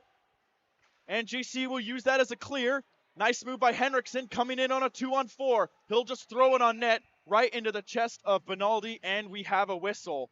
Well, if I'm GCU here, I did say I want to see some aggression here. Stay on the offensive side of things, but you do got to make sure you always have one guy back. Be careful. Don't give up any odd man chances. It's getting physical as well, so make sure to stay out of the box if you are GCU. You don't want to take any dumb penalties at this time in the game. Into the corner, chasing after it's White. Battling for it along the half wall. He's going to throw it across to the other side. No Sun Devils there. Landmanis is the first one there. Shot on goal. A rebound spat out, and Husby was unable to get the rebound. GCU, a very soft attack. They're more of just playing zone defense here. Grady Franklin gets it up to Caden Butler. Butler unable to hang on to it. Landmanis was able to clear it. Trenton White dumps it right back in. Sun Devils touch up, and they'll chase after Landmanis, who has it behind his net. He's just going to hold on to it here. 7:15 to go here in the third period. He whiffs on it. Butler has it. Dumps it to Newland. He's pinned by Landmanis. It gets back to Olsen. Olsen across to Marchant. Marchant, nice move. Gets past Potash, but it was blocked away. And he dumps it back in. Battling for it is Newland. Oakland chips it away. Tritchler has it up the wall. He just chips it up to Peterson. Peterson unable to get the chip, and ASU swings it the right back the other way. Marchand behind the net. Throws it up to Gross. Gross tries to throw it across. No one there. Olsen chases it down. He's unable to get a clear on it. Dumped right back in by Chuck Elias. And GCU's just rolling lines, trying to keep some fresh legs out there. Connor Tillman takes it with speed, cuts to the middle, comes in with a lot of speed, gets a shot blocked away by Ukele, and it goes out of play. And with 6:15 to go, it'll be a face-off in the GCU zone. Arizona State desperately trying to get a tying goal here in the third period, but they've only have 4 shots this period and 9 shots in the last period and a half. So they really need to start getting some more pucks on net. GCU with a whopping 26 shots so far since the end of the first period. They've been doing that, and it shows. They have the lead. Yeah, if I'm GCU, you just got to be smart here. No silly turnovers here. Be smart in the D zone, and ASU's starting to apply that pressure. Ukele to Simchuk. Simchuk just flips it up into the air. It hits the ceiling, and it'll stay in the GCU zone for a face-off. Well, you got that low ceiling here. That's kind of a tough break on that clear. You got a Christmas tree hanging above the dot there. Watch out for that obstacle as well. Yep, it's been 11 days since Christmas, but it's a Christmas party here all year as they still have that hanging over the ice. Face-off won by Donovan. The Lopes try and clear it, and they are able to. ASU with it as they regroup in their own end. Once again, GCU applying a soft 1-2 check. They don't even really have anyone going after Arizona State. They're kind of just forcing them to make a move. Nice spin move by Palmer. He falls down, but is able to get it up to Tillman. Tillman's pass was intercepted. Ryan Robinson chasing after it. He threw it on net, but it was blocked away by Landmanis. Throws it up to Crook. Crook dumps it right back in to Gross. Gross battling behind the net with Dent. Robinson able to pick it up. He throws it right back to Crook. Crook gets a shot on goal. Blocker saved by DeMorinville. Bounces to the corner. Robinson picks it up again. Robinson dumps it down low. It gets past Donovan. Sun Devils hang on to it. A shot by DeMorinville. He did not see where that went. It went into the corner. GCU trying to hang on here. Sun Devils trying to get some pressure. Didn't see that a defenseman changed. And a much-needed break for GCU as they're able to get it out and dump it in. 5-minute mark here of the third period. You're just tuning in. GCU has come back from 3-1 to take a 4-3 lead following Gavin Ukele's power play goal in the third period. But Arizona State's trying to get a tying goal. Nice keeping by Ben Chase.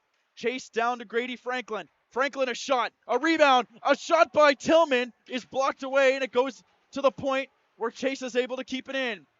Michael Lewis, another great defensive play with that block. Wide open net. The clear out for GCU takes a Arizona State bounce. Murphy keeps it in, throws it on goal a little too high and wide. A nice chip there by Husby, just enough for GCU to get a change. Quick turnaround by the Sun Devils as Grady Franklin dumps it right back in. Ben Chase chasing after it. Harassed by Schmitz, trying to get out of it. He does. Curling up the half wall. Sean Springs on him now. Cooch providing some support. A battle ensues in the corner or on the half wall. Schmitz and Chase. Spring trying to take it away from Chase, but Chase hanging on strong. It finally squirts out to Ukele, who takes it behind his net. And he just throws it out. And GCU's able to complete their change. Cade Olsen throws it right up, intercepted by Shaq Elias. Takes it up, avoids a hit, but he falls down. Throws it up to Newland. Newland tries to get past Lane Manis. Unable to hang on to it. Throws it in front, and DeMorinville is able to grab it and hang on. 3:26 to go. ASU's providing that pressure. GCU's got to hang on here. Yeah, that was a key push there from ASU. GCU trying to hold on right now. You start to wonder, Connor, there's 3 minutes, 26 seconds left. Still plenty of time. Still plenty of time for ASU here. You wonder if Benaldi will be coming out of the net here in about a minute or so. How aggressive will Coach Klein be with pulling the goaltender? He's still in the net right now. Arizona State up to 25 shots with that recent pressure. Friesen, Butler, and Newland, the forwards for Arizona State. The faceoff is won by Donovan. They try to clear it up the wall, but it was blocked down. Butler hit by Dent. Donovan pressured by Newland. A penalty is going to be called on the Lopes. Wow. It looks like it's going to be Dylan Dent for a slash, and that is exactly what the doctor ordered if you are Arizona State. A late power play with 3:13 to go. And that is real unfortunate for GCU because right after that slash, it looked like they had gotten tripped there, and it could have gone the other way. So GCU with another tough break here with another call. Looks to kill off this penalty. This is a crucial moment, and I'm honestly a little bit surprised we haven't seen Benaldi kind of creeping out of that crease with this power play. Give an extra man maybe a 6-on-4 here. What could possibly be a strategy, I saw this in a game the other day. They'll go maybe about a minute on just 5-on-4, and then if they aren't really getting anything, then they might pull their goalie. As Marchand has it behind his own net, Robinson takes it, and the Sun Devils will take it up the ice. Schmitz and Husby, the penalty-killing forwards for GCU. Unable to hang on to it is Tillman. Landmanis clears it out, and it goes all the way down, and they will get a change. And ASU's just looking to establish pressure in their O-zone right now so they can potentially get that goaltender out of the net. But right now it looks like GCU's doing a great job at breaking everything up. Marchand across to Robinson. Robinson back to Marchand. Marchand rings it around. It takes a bad hop. It just sticks there, and GCU's able to clear it out. Looks like it was Ukele.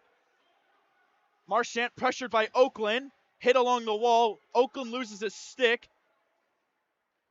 Robinson takes it back up. 1 minute gone here in the power play. Throws it across to Palmer. Palmer unable to hang on to it. It rolls up on his stick, and it's deflected out of play. That was a golden opportunity right there. That puck was rolling on his stick a little bit. He was looking top shelf, and what a break for GCU. And I was looking over at Benaldi. He's communicating with his coach, trying to get a word on whether or not to pull the goalie. 54 seconds to go in the Dylan Dent penalty. And the battle ensues in the corner. Sean Spring met by two GCU Lopes. They take it out. Schmitz dumps it in. Olsen chases after it. 37 seconds to go on the power play. 1:47 to go here in the game. Olsen up to Butler. Butler takes it up the right side. And the Sun Devils are offside as Butler was trying to get past Landmanis. 30 seconds remaining on the power play. Gotta wonder here if they'll pull a goalie the next time they get offensive pressure as they're running out of power play time. They only have 30 seconds left. GCU hanging on, not allowing much opportunities for ASU, doing a really good job of clearing the puck right away and often. Yeah, I think Coach Klein's just been hesitant with the lack of pressure being put on by ASU. Olsen throws it across. A grade A chance by Butler. Unable to put it on net. Landmanis clears it out. And it goes all the way down.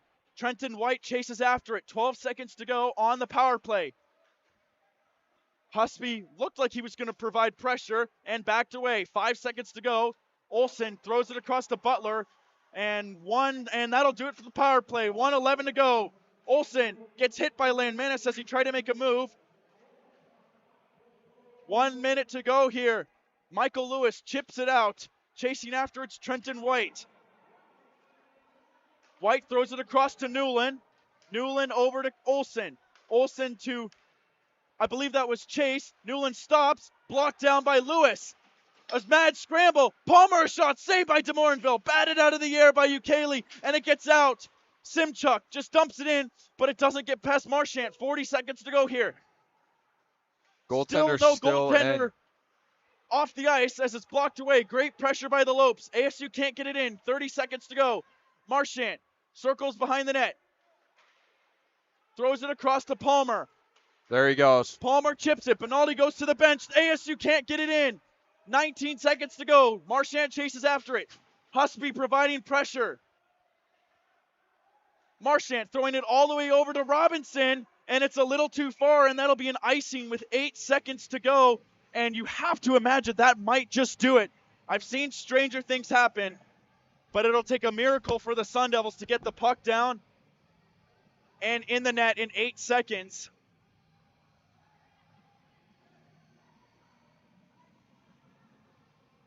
Following the icing call, it'll be to the left of the ASU net.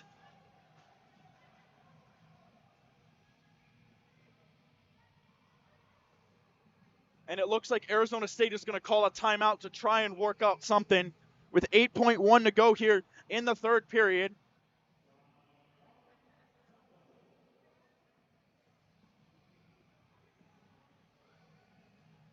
Just an onslaught of pressure by GCU.